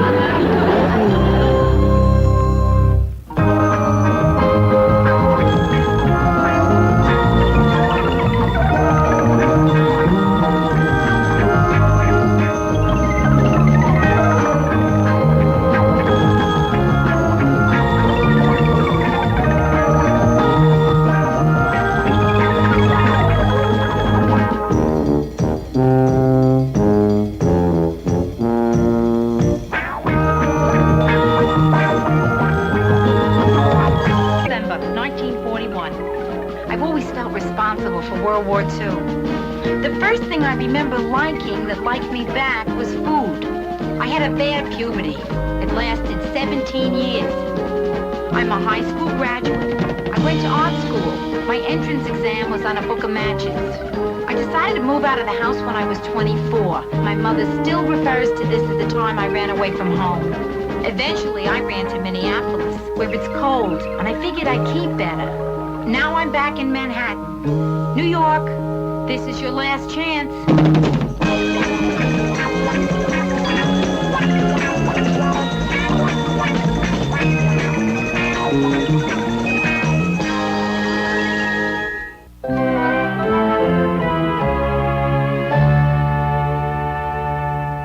Look, I hope you don't mind my coming over so early. Oh, no. Listen, I had to be up anyway. The delivery men are coming. Hey, you want some breakfast? Or just coffee? Okay. Hey, is your new couch coming today? Yeah, the store called this morning, woke me up to tell me exactly what time they would be here. And what time did they say? Precisely between 8 a.m. and 5 p.m. Hey, where's Joe? Oh, asleep. Still, yeah. Well, he came in last night. He was working till 3 a.m. Gee, it must have been tough not seeing him last night. Oh, I saw him all right. He, wakes me up when he comes to bed.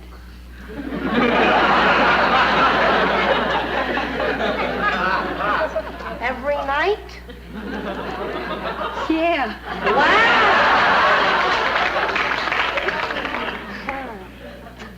You know something? I'm glad the weekend's here, though, Bryn. We both could use it.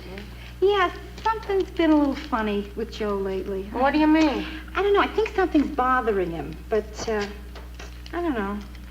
I mean, things don't seem quite normal. Of course, when you've only been married a month, you don't know what normal is. Hey, that's quite a breakfast. Oh, yeah, since he's not up yet, I figured I'd make something really special, you know? Oh, he'll love it. No, he won't. It's for me. Hey, Ro, while you're sitting here waiting for your couch, could I ask you a favor? Anything. Well, I have this blind date tonight, you see. The bank manager arranged it with his son, and I think the son must really like me. Wait, blind date? How do you know if you've never seen him? Well, his father had me work the drive-up window all week, and this one guy kept zooming past. So? He didn't have a car. Terrible. Ro, could you and Joe double date with me tonight? Tonight? Yeah, you know, give me some insurance. Well, I don't know. I'll ask Joe, and then I'll call you later, okay? Great. Look, if I'm not home, I'll be out buying a dress. Oh, yeah? Listen, Brenda, where are you doing your shopping these days? Oh, same place, the one that has a great selection in my size. Noblesse obese.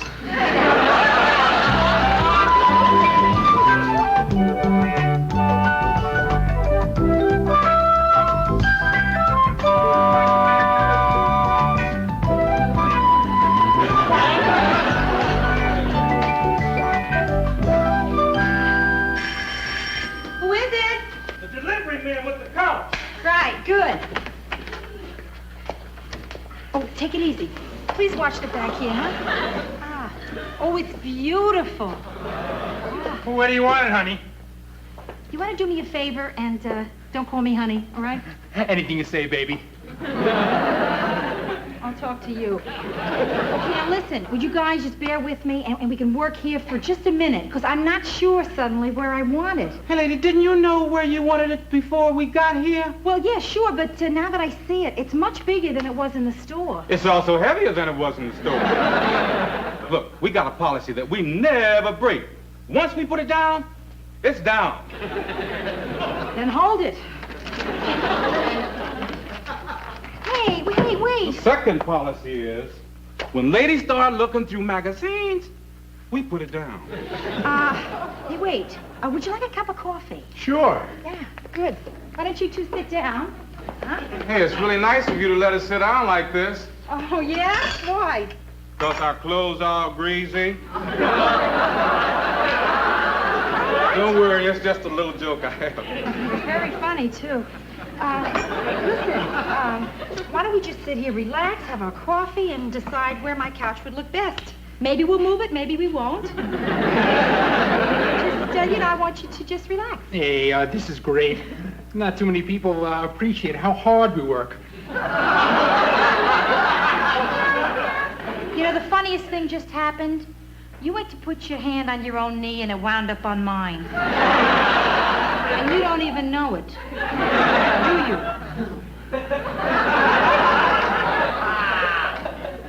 You gotta excuse him, lady. Once, 8 years ago, he made a connection on a delivery.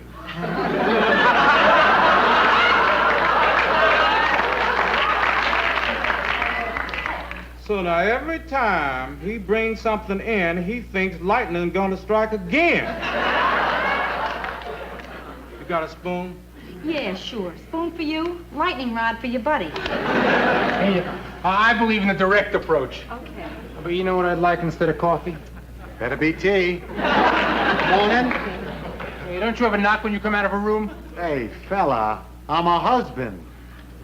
Oh. Come on, Charm boy, we're leaving now. I didn't want any coffee anyway. Joe, that was terrific. You were just terrific. You work on demolition sites long enough. There's always some hero that wants to take on the boss. Yeah? So then this one was a snap for you, huh? No, this one was hard. On the job, I always call a cop. Hey, Joe, how do you feel about going to a movie tonight? Well, if you want to, sure. Well, it's that Brenda has this blind date, and she asked if we'd like to come along. Well, it's up to you. Hey, Joe, is anything wrong? Oh, no, nothing's wrong. What makes you think something's wrong? Are you sure nothing's wrong? Oh, nothing's wrong. Sure? Sure? Yep, sure. You listen to me. You tell me nothing's wrong, I should just believe it. Stop asking if anything's wrong. Right.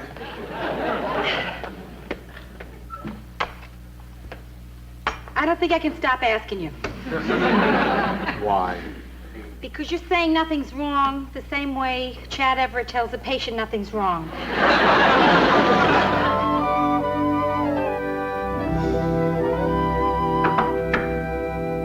Brenda? Yeah. Come on in. Hey, what are you planting? Oh, tomatoes, watercress, the diet flower box. This way, in the event of a nuclear holocaust, I will be able to make a Weight Watchers salad. You know, when I was into health foods, I tried to raise a cocoa plant. I had this great idea for growing organic chocolate bars. Did it work? I never found out. One night, my friend Ellen chopped it up and tried to smoke it. You know that was the worst case of zits I've ever seen. Oh, Ro, your couch is gorgeous. Yeah, it is. Why don't you try it out? Oh, I don't think so. I clash with gorgeous. I guess you won't be ready for quite a while yet, huh? Are you kidding? Surprise. You. There. That's the single most depressing sight I've ever seen. You don't know what I've been through. Rhoda, I've got 6 different kinds of sprays on me. I dyed a pair of shoes that were already my favorite color, and I know that my date still won't like me. Now, do you hear yourself? Brenda, what are you worrying about passing his test? He should be worrying about passing yours. I think he'll make it. Brenda, listen to me. You look marvelous. You're going to knock him out. Come on, come on. If he's so full of confidence, next time he'll dye his shoes. Gee, you know, Neil's gonna be here any minute. Where's Joe? Just relax, okay? Joe? Yeah? What is your expected departure time? It's getting a little late. Hey, I'll hurry. It's okay, I'll be there. He'll hurry, it's okay. He'll be here. Hello? This is Carlton, your doorman. Yes. Is Brenda Morgenstern there? Uh-huh, it's for you. Yeah. Yes, Carlton, I'm here. Prince Charming has arrived.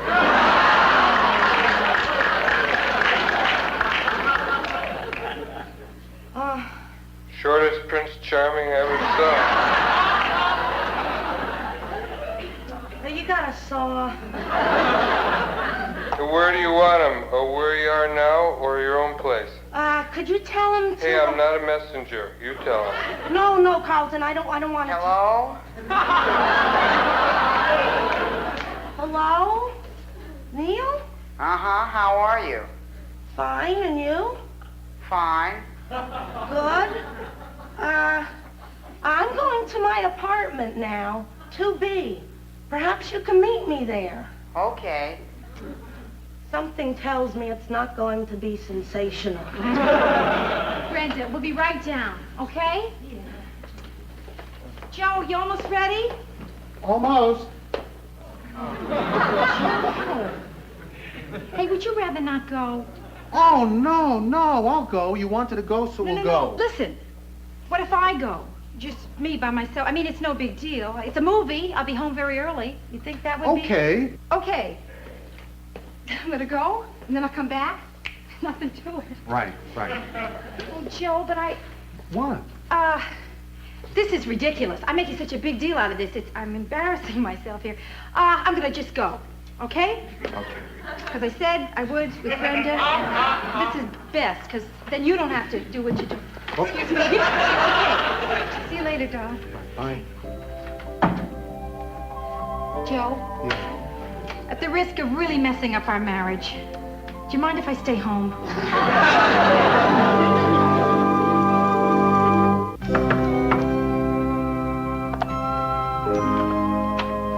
Brenda, is it okay to come in? Sure, why not? Well, I tried to get you on the phone, but your line was busy. You know, I thought you might have company. I want to make sure the coast was clear. Rhoda, if the coast was any clearer, I wouldn't even be here. Not a great day, huh? Oh, it was pathetic. They even asked permission to kiss me goodnight. You know, that's kind of nice. Yeah, but he kissed okay. Once on the lips and once on the neck. I think he's potentially passionate. Good. Then you didn't mind going out without Joe and me last night? Oh, not at all. I think it was better. I mean, he would have been very self-conscious when he swallowed his contact lens. Okay. Well, I'm glad you didn't mind. Oh. I just want to be sure of that. That's all. Rhoda, is something wrong? No, not a thing. Hey, this is doing good. Yeah. Well, yeah. Something is wrong. Yeah. But Brenda, it's very involved. What is it? Well, yesterday, all day, something was weird. Now, there's something bothering Joe, and I don't know what it is. I keep asking him, what's wrong? And he keeps telling me nothing's wrong. But somehow, Brenda, I know there's something wrong. It's like when you get the back of your dress tucked in your pantyhose and nobody will tell you.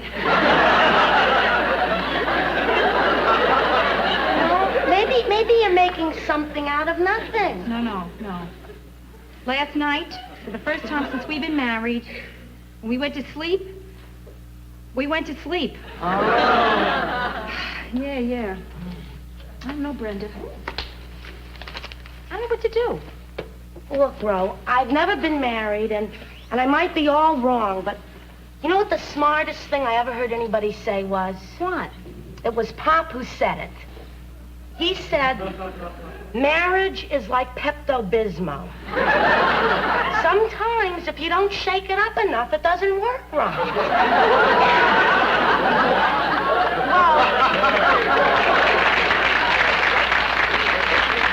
Well, you see, the thought was very good. What he meant was... I know what he meant, and it would be fine if I was married to an upset stomach.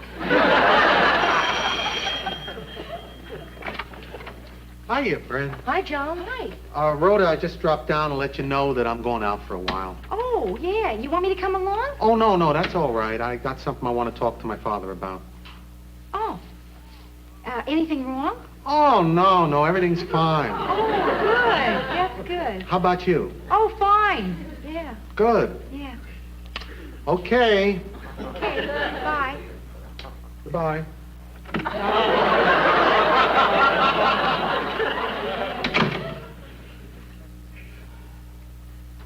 This is not a good sign. Oh, I don't know. What do you mean? He's going home to his father. I don't know. That's kind of sweet. I mean, a guy like Joe going to his father for some answers? You're right. It is sweet. What am I worrying about? He's just getting some advice from his father. A man who's been divorced twice. Who's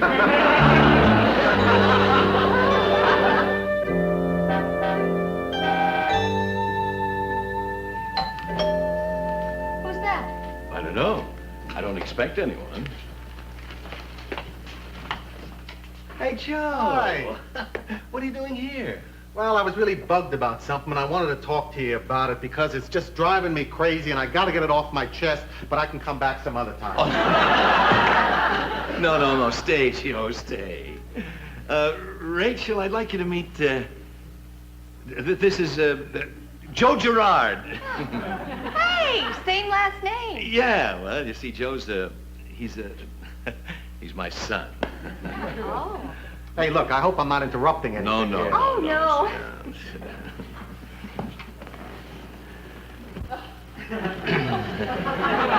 I was just going through the paper trying to figure out what we can do this afternoon. Mm-hmm. I love being free on a Sunday. Maybe you could put some more coffee on. Oh, sure. Sure, just take your time. Let's be loose. Sunday. I just love Sunday. She's 30 years old. Dad, I don't care how old she is. I can prove she's 30. Hey, Dad, look. The reason I came over here is that I'm having a rough time with Rhoda, and I wanted to talk to somebody, and, well, I hope you don't mind. Mine? Oh, Joe, this is what fathers wait for. I mean, after all, you were only 16 years old when we split up, and your mother and I, and I was always afraid we wouldn't have talks like this. It's just, Joe, I hope I can do right by you. What's the problem? It's little things, like I don't want to do anything on the weekend, and Rhoda wants to go out, and that bugs me. But if we don't go out, then I just get this guilty feeling in my stomach. So it's like I'm walking on eggs. And Rhoda keeps asking me, what's the matter? And I can't tell her. Why? Because that's how I screwed up my first marriage with Marion. Every time something went wrong, we'd have a meeting about it. Bang, this meeting is called to order. You're bugging the hell out of me. 3, 4 in the morning, we'd be hanging in there about how I was letting her down and how she was driving me up a wall. Dad, I don't know. Sometimes it doesn't pay to be honest. Oh, I don't know. I didn't do so well not being honest. I mean, I don't know if your mother ever explained what went wrong in our marriage. Well, no, she just said that, well, it really wasn't an explanation. Well, come on, tell me. What did she say? Well, she said that, she just couldn't live with a bum.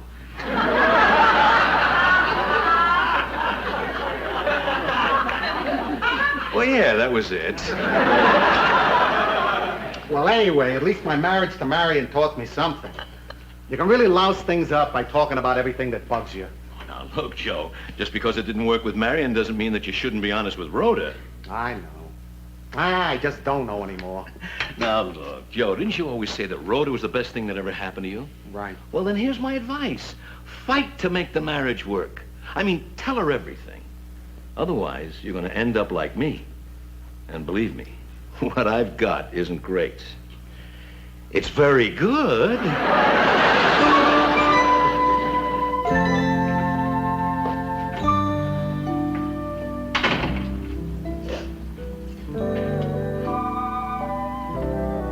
What's wrong? Nothing. Why are you crying? I was crying because the tomato crop failed. Look, honey, I decided that we ought to have a talk. Good decision, Joe. You know, I wonder why I didn't think of that. Let's talk, please. Okay, I had to go see my father to get some advice and find out a couple of things. Look, Rhoda, I don't know if you noticed, but I haven't been myself lately. Noticed. I've noticed. Damn it, Joe, why haven't we talked? Because I know everything you would say.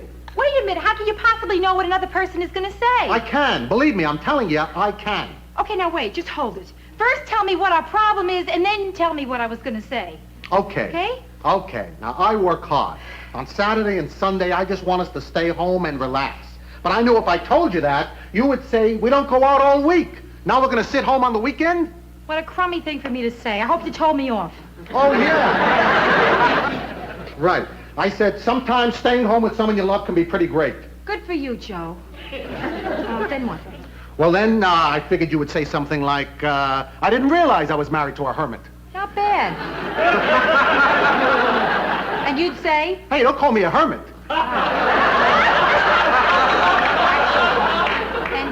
And then what? Then we'd have a tremendous argument and I'd storm out of the house. The one place I wanted to be all weekend. Joe, I'm sorry for laughing, but what? You have an entire argument by yourself and you still lose.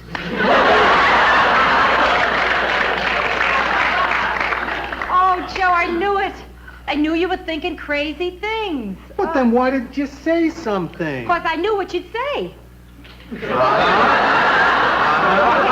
Okay, all right, so big deal. You caught me. You proud of yourself? Oh, Joe. Joe, listen. I love staying here, doing nothing. You do? Yeah, it's the greatest feeling in the world, to feel good doing nothing.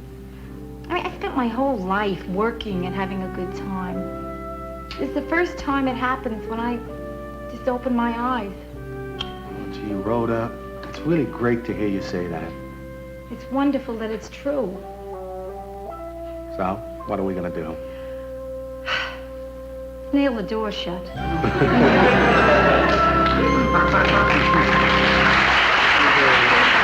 One thing more, honey, as long as we're being perfectly honest.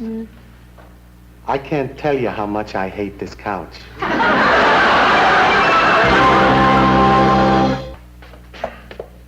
Hey, watch the back bit. What do I care? It's not ours anymore. Hey, Joe, look at that. That couch wasn't even here long enough to make those little dents in the carpet. So listen, next time I go for one, will you please go with me? Huh? Oh, sure. As long as it's not on the weekend.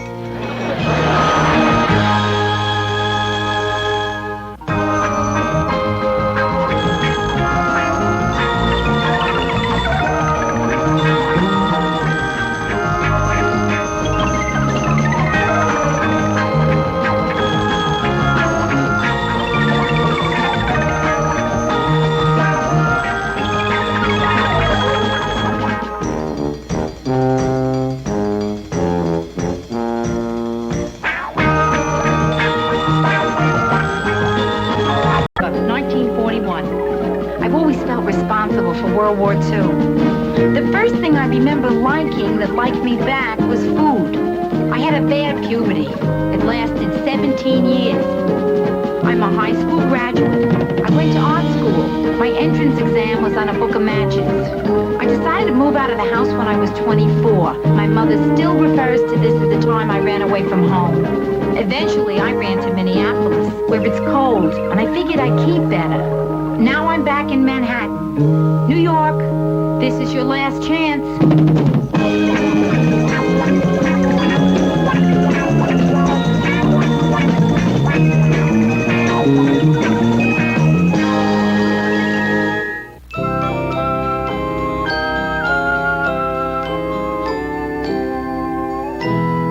Bo, do you think this makes me look fat? I mean, if you saw me walking down the street, would you say, there goes a fat person? Randy, come on, no. I have to remember to suck in my stomach. Also my thighs. And, gee, you're all aflutter. Are you in love? No, I'm not really in love. I'm in like. Yeah, I am crazy in like.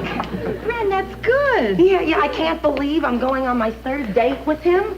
I mean, a third date. Gee, that's practically a relationship. I'm in a relationship. Right.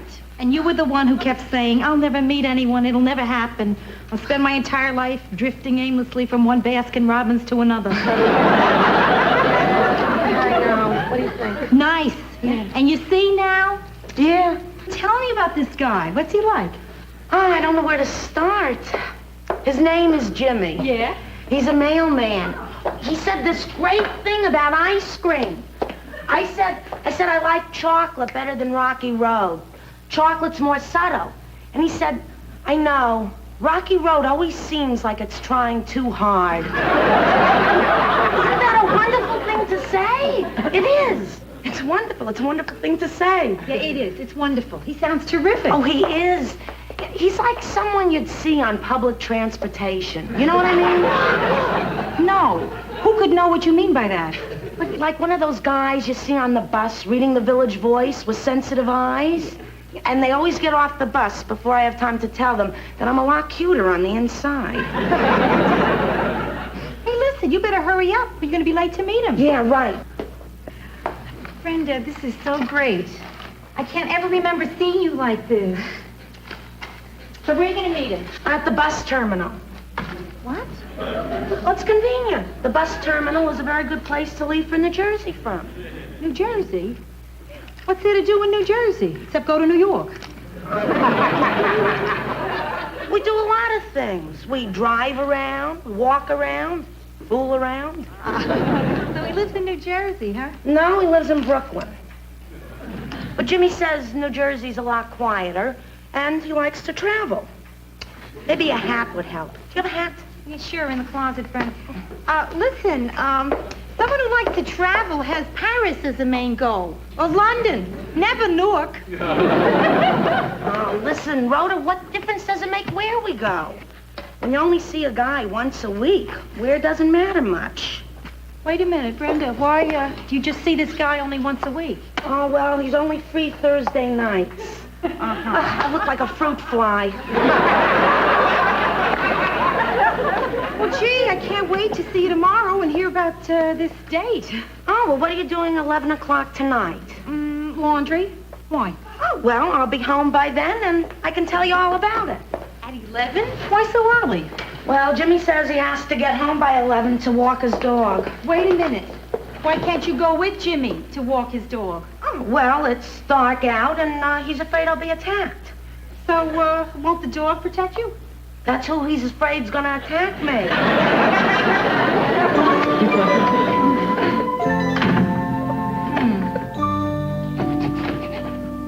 Hiya, Joe. Oh, hiya, man. Anything wrong? Yeah. What is it? Well, it's not going to be easy, but I guess I got to tell you. No, you don't. Yes, I do. Rhoda, I'm selling my car.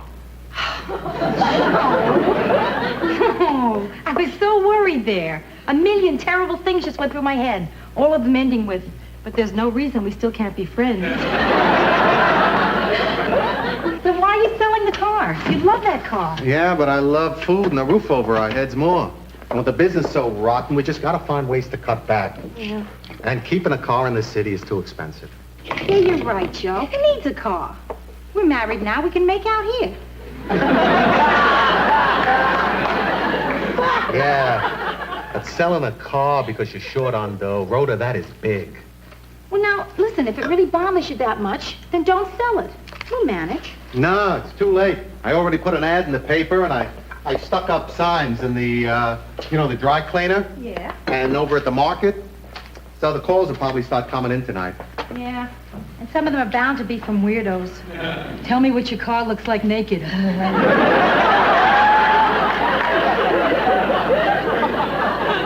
I'll tell you almost made me feel better about selling the car. Okay, Joe. Good. Now, listen, are we okay on the car thing now? Because I got a thing, too. But you were there first, so I don't want to go into my stuff until we know that you're completely finished. What's wrong? Brenda's going with a married guy and doesn't know it. What makes you think so? Okay. He only takes her to New Jersey, where the friends of the wife won't see them together. He's busy every night but Thursday. He has to be home at 11 o'clock, and he has never once invited Brenda to his place. Listen, so the guy likes Jersey. And as for dating Brenda once a week, maybe he sees other people the rest of the time. And as for coming home at 11, well, maybe he's got to go to work early. How do you like that? I had this terrific case built up against this guy, and you just knocked it down in 2 seconds. Then you think he's single. No, he's married. Joe! No, but if he is married, there's nothing that you can do, and there's nothing that you can say. All you got to do is just leave it to Brenda, and she'll find out, and she'll break up with him. I mean, let's face it, the only way to learn is by experience. But why does Brenda have to learn like that? Why can't the Girl Scouts print a manual for adults? I mean, they teach you to spot poison oak and then let you walk right through a patch of married men. Look, Rhoda, no matter what you say to Brenda, odds are she's not going to listen, and she'll only end up resenting you for it. Well, better that than I just let her be the other woman. Well, you don't have the right to live her life for her. Since when do I need a right to care about my own flesh and blood? You sound just like your mother. Joe, I'm turning into my mother, aren't I? Huh? Go ahead, you can tell me. I know it. Am I getting shorter? Now listen to me. I know you love Brenda and that you want to protect her, but Rhoda, don't. You're right. Of course. You're right, Joe. I'm not going to interfere. Great. Even though I'm dying to. Did you hear that? That was right out of the mouth of Ida Morgenstern. Come on, you're not going to turn into your mother in just one day. Oh, Joe, it's not just today that makes me this. I haven't told you this. But some nights, when the moon is full, I start feeling that I am growing rollers. I get this yearning for sensible shoes. And I find myself standing by the window, baying at Miami.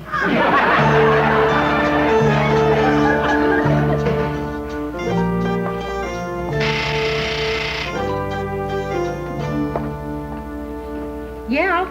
Oh, thank goodness there's someone down there. Who is this? Carlton, this is Rhoda. Oh, good. This is Carlton. Yes? Listen, could you put my uniform in the dryer? It's in the middle washer. You set the dryer on air fluff. I don't want my epaulets to shrink. If you need any more instructions, just give me a buzz. Sounds like you got one going already.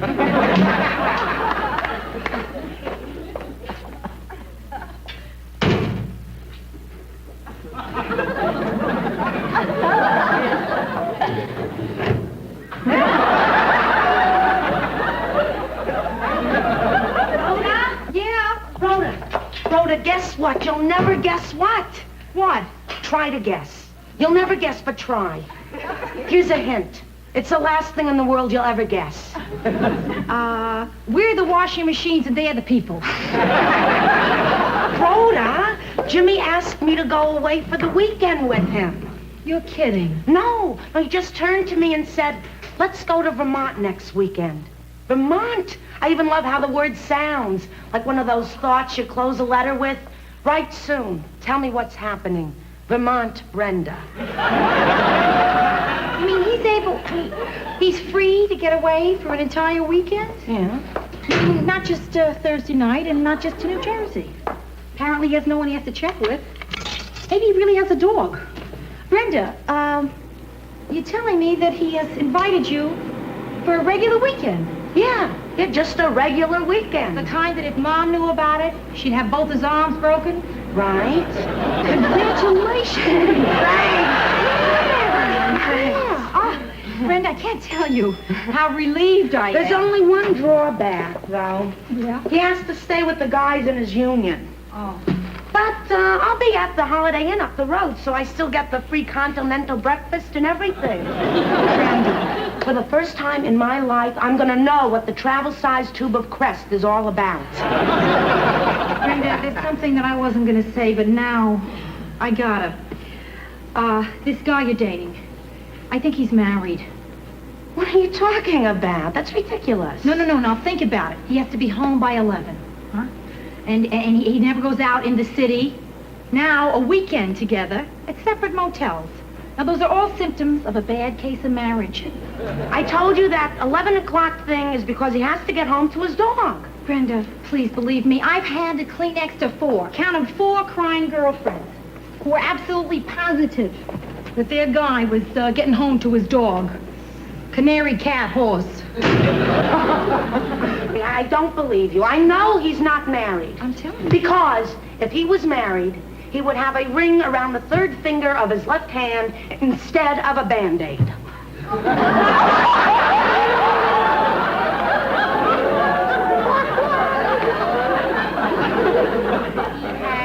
A Band-Aid right here around his finger because he cut himself. Yes. And it's taking a long time to heal. Leave me alone. Brenda, he's married. The man is married. He's not married. What will it take to convince you? If you just met him. Okay, that's good. The 4 of us will go to dinner. And not on a Thursday. Okay. Okay, we'll do it tomorrow. Any meal. Breakfast, lunch, dinner, snacks. And I'm sure for this special occasion, he won't even have to be home by 11 o'clock. You're on. And you can even choose the restaurant. Any place in New Jersey, you name it.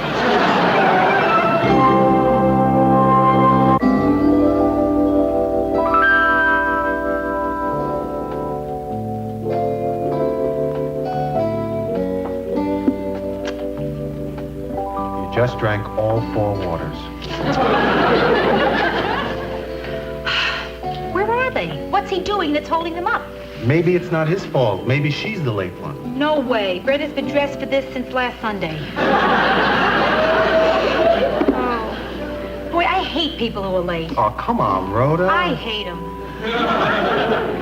Rhoda, you don't hate him because he's late. You hate him because you think he's married.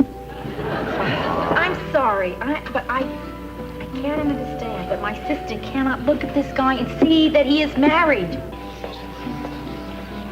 I was worried. What happened to you?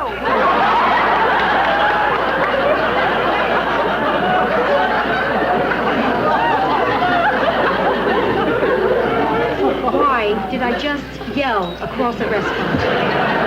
My mother. Hi, Ro. Joe. Hi, Bren. Hi, Brenda. So, we couldn't make it, huh? He didn't show up. Well, listen, don't worry. Come on. What do you mean he couldn't make it? He's right here. Where? Oh, yeah. I see him. Here he comes. How'd you know that was him? Who could miss him? That man is not only married, he's a fugitive. You know what I said about being charming tonight? Yeah. The deal is off. Rhoda, Joe, this is Jimmy Klein. Hi, Jimmy. Jimmy, my Hi, sister Jimmy. Rhoda, How you and doing? Joe. Oh, hello, brother. Nice to see you. Hiya. Hi. Why don't you sit in? There are so many lights in here. Why is it so bright in here? Don't these people know there's an energy crisis? Lights. It's like King Solomon's mines in here. Sorry we're late, but I guess it's my fault. Oh, no, it's not your fault that you couldn't stop home and you had to change your clothes at that gas station. What? Why couldn't you change your clothes at home, Jim? I mean, going to a gas station. Well, we're here to have a good time, and I don't think we should go to a place like this without ordering one of the specialties, right? Right. Would you help us here and tell me about some of the cute drinks that you have? Hey, I just take your drink order. I don't do small talk. Hey, you don't have to be so uptight. Come on. I'm sorry, but did you ever have to work in a grass skirt? I see your point. Guys think they gotta make jokes. Your grass is dead. Want to get mowed? No jokes, I promise. I'll have the Valley Highball. I'll have the Mount Fujiyama. I'll have a diet Fujiyama. And I'll have the same as Rhoda. Must be terrific being a single guy in New York today. Tell me what you single guys do. Nothing. Nothing? He doesn't mean nothing. He means nothing special. Nothing out of the ordinary. Nothing wrong. Hey, how about that traffic coming over here? Huh? Oh, yeah, really, I'm not kidding. I know what you mean. You know, that's why I'm trying to get rid of my car. Oh, well, hey, I might be interested in buying a car. Oh, yeah? Yeah, well, right now I have a 59 DeSoto station wagon. It's unusual, you know, for a single man to drive a station wagon. I mean, it's your classic family car. A surfer would drive a station wagon. A surfer would drive a station wagon. Uh-huh. Pretty hard to hang 10 in the East River, Brent. What kind of car are you selling? Oh, 73 Cougar. Fabulous car. I never actually driven a Cougar, but it is one of my favorite animals. Oh, here they are. Oh, that's a nice one. That's a Fujiyama. A diet Fujiyama, right? Okay. Beautiful. No, I'd like to propose a toast here. What are we toasting? I don't know, but make it fast. I got some lava on my wrist. To, truth. That's really crummy, Rhoda. Oh, Jimmy, how did you happen to cut yourself on your, you should pardon the expression, ring finger? Rhoda. You're right. Joe, you're dead right. Jimmy, I'm sorry. I've been sniping at you. There's no excuse for it. Except I think that you're married.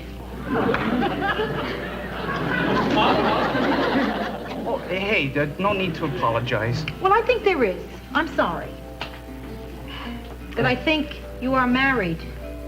Oh, Jimmy, are you married?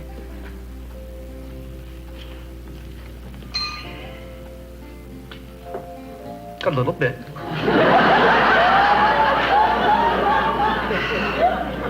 Sort of. Well, yeah, but only for 3 years. So I'm just a thing on the side, huh? I don't want to be a thing on the side. I want to be a thing in the middle. Could you go along knowing I was liking you more and more and not tell me you were married? Well, I'm a very weak person. Anything else? No, that's about it. Oh, I'm sorry. Sorry. Did you want something else? No. I think I've had about enough of you. And you. Excuse me. Brenda, listen, I'm sorry, but I had to do it. It was for your own good. Then how come I feel so lousy? I'm going home now. Brenda, Joe, I'll meet you in the car. Miss, can we have a check, please? Hey, I didn't think it was any of our business whether you're married or not, but since it's out in the open and everything, I just want to tell you that I think you're a creep.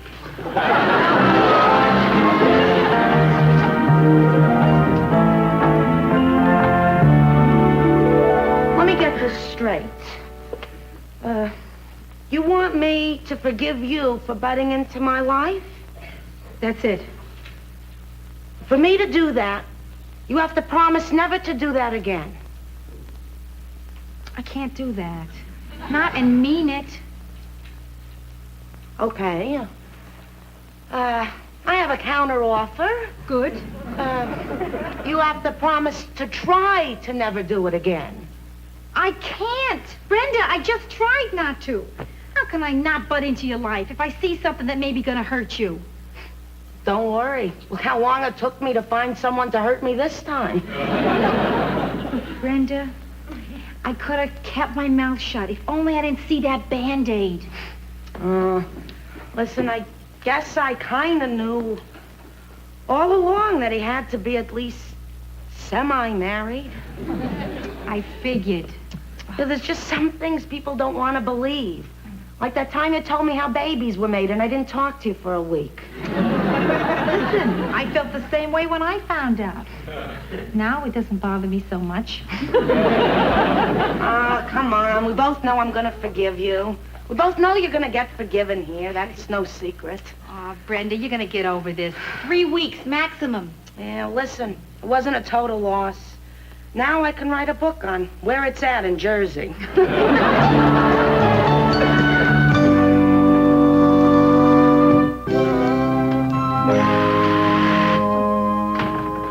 Yes? This is Carlton, your doorman. Yes, Carlton, what? I'm not accusing you of anything, but you were just down in the laundry room? Yes.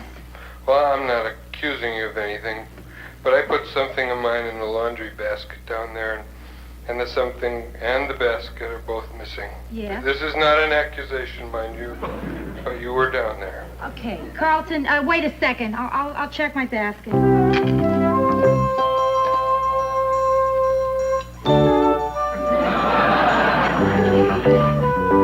Could you describe the article you're missing? Half empty. You got it.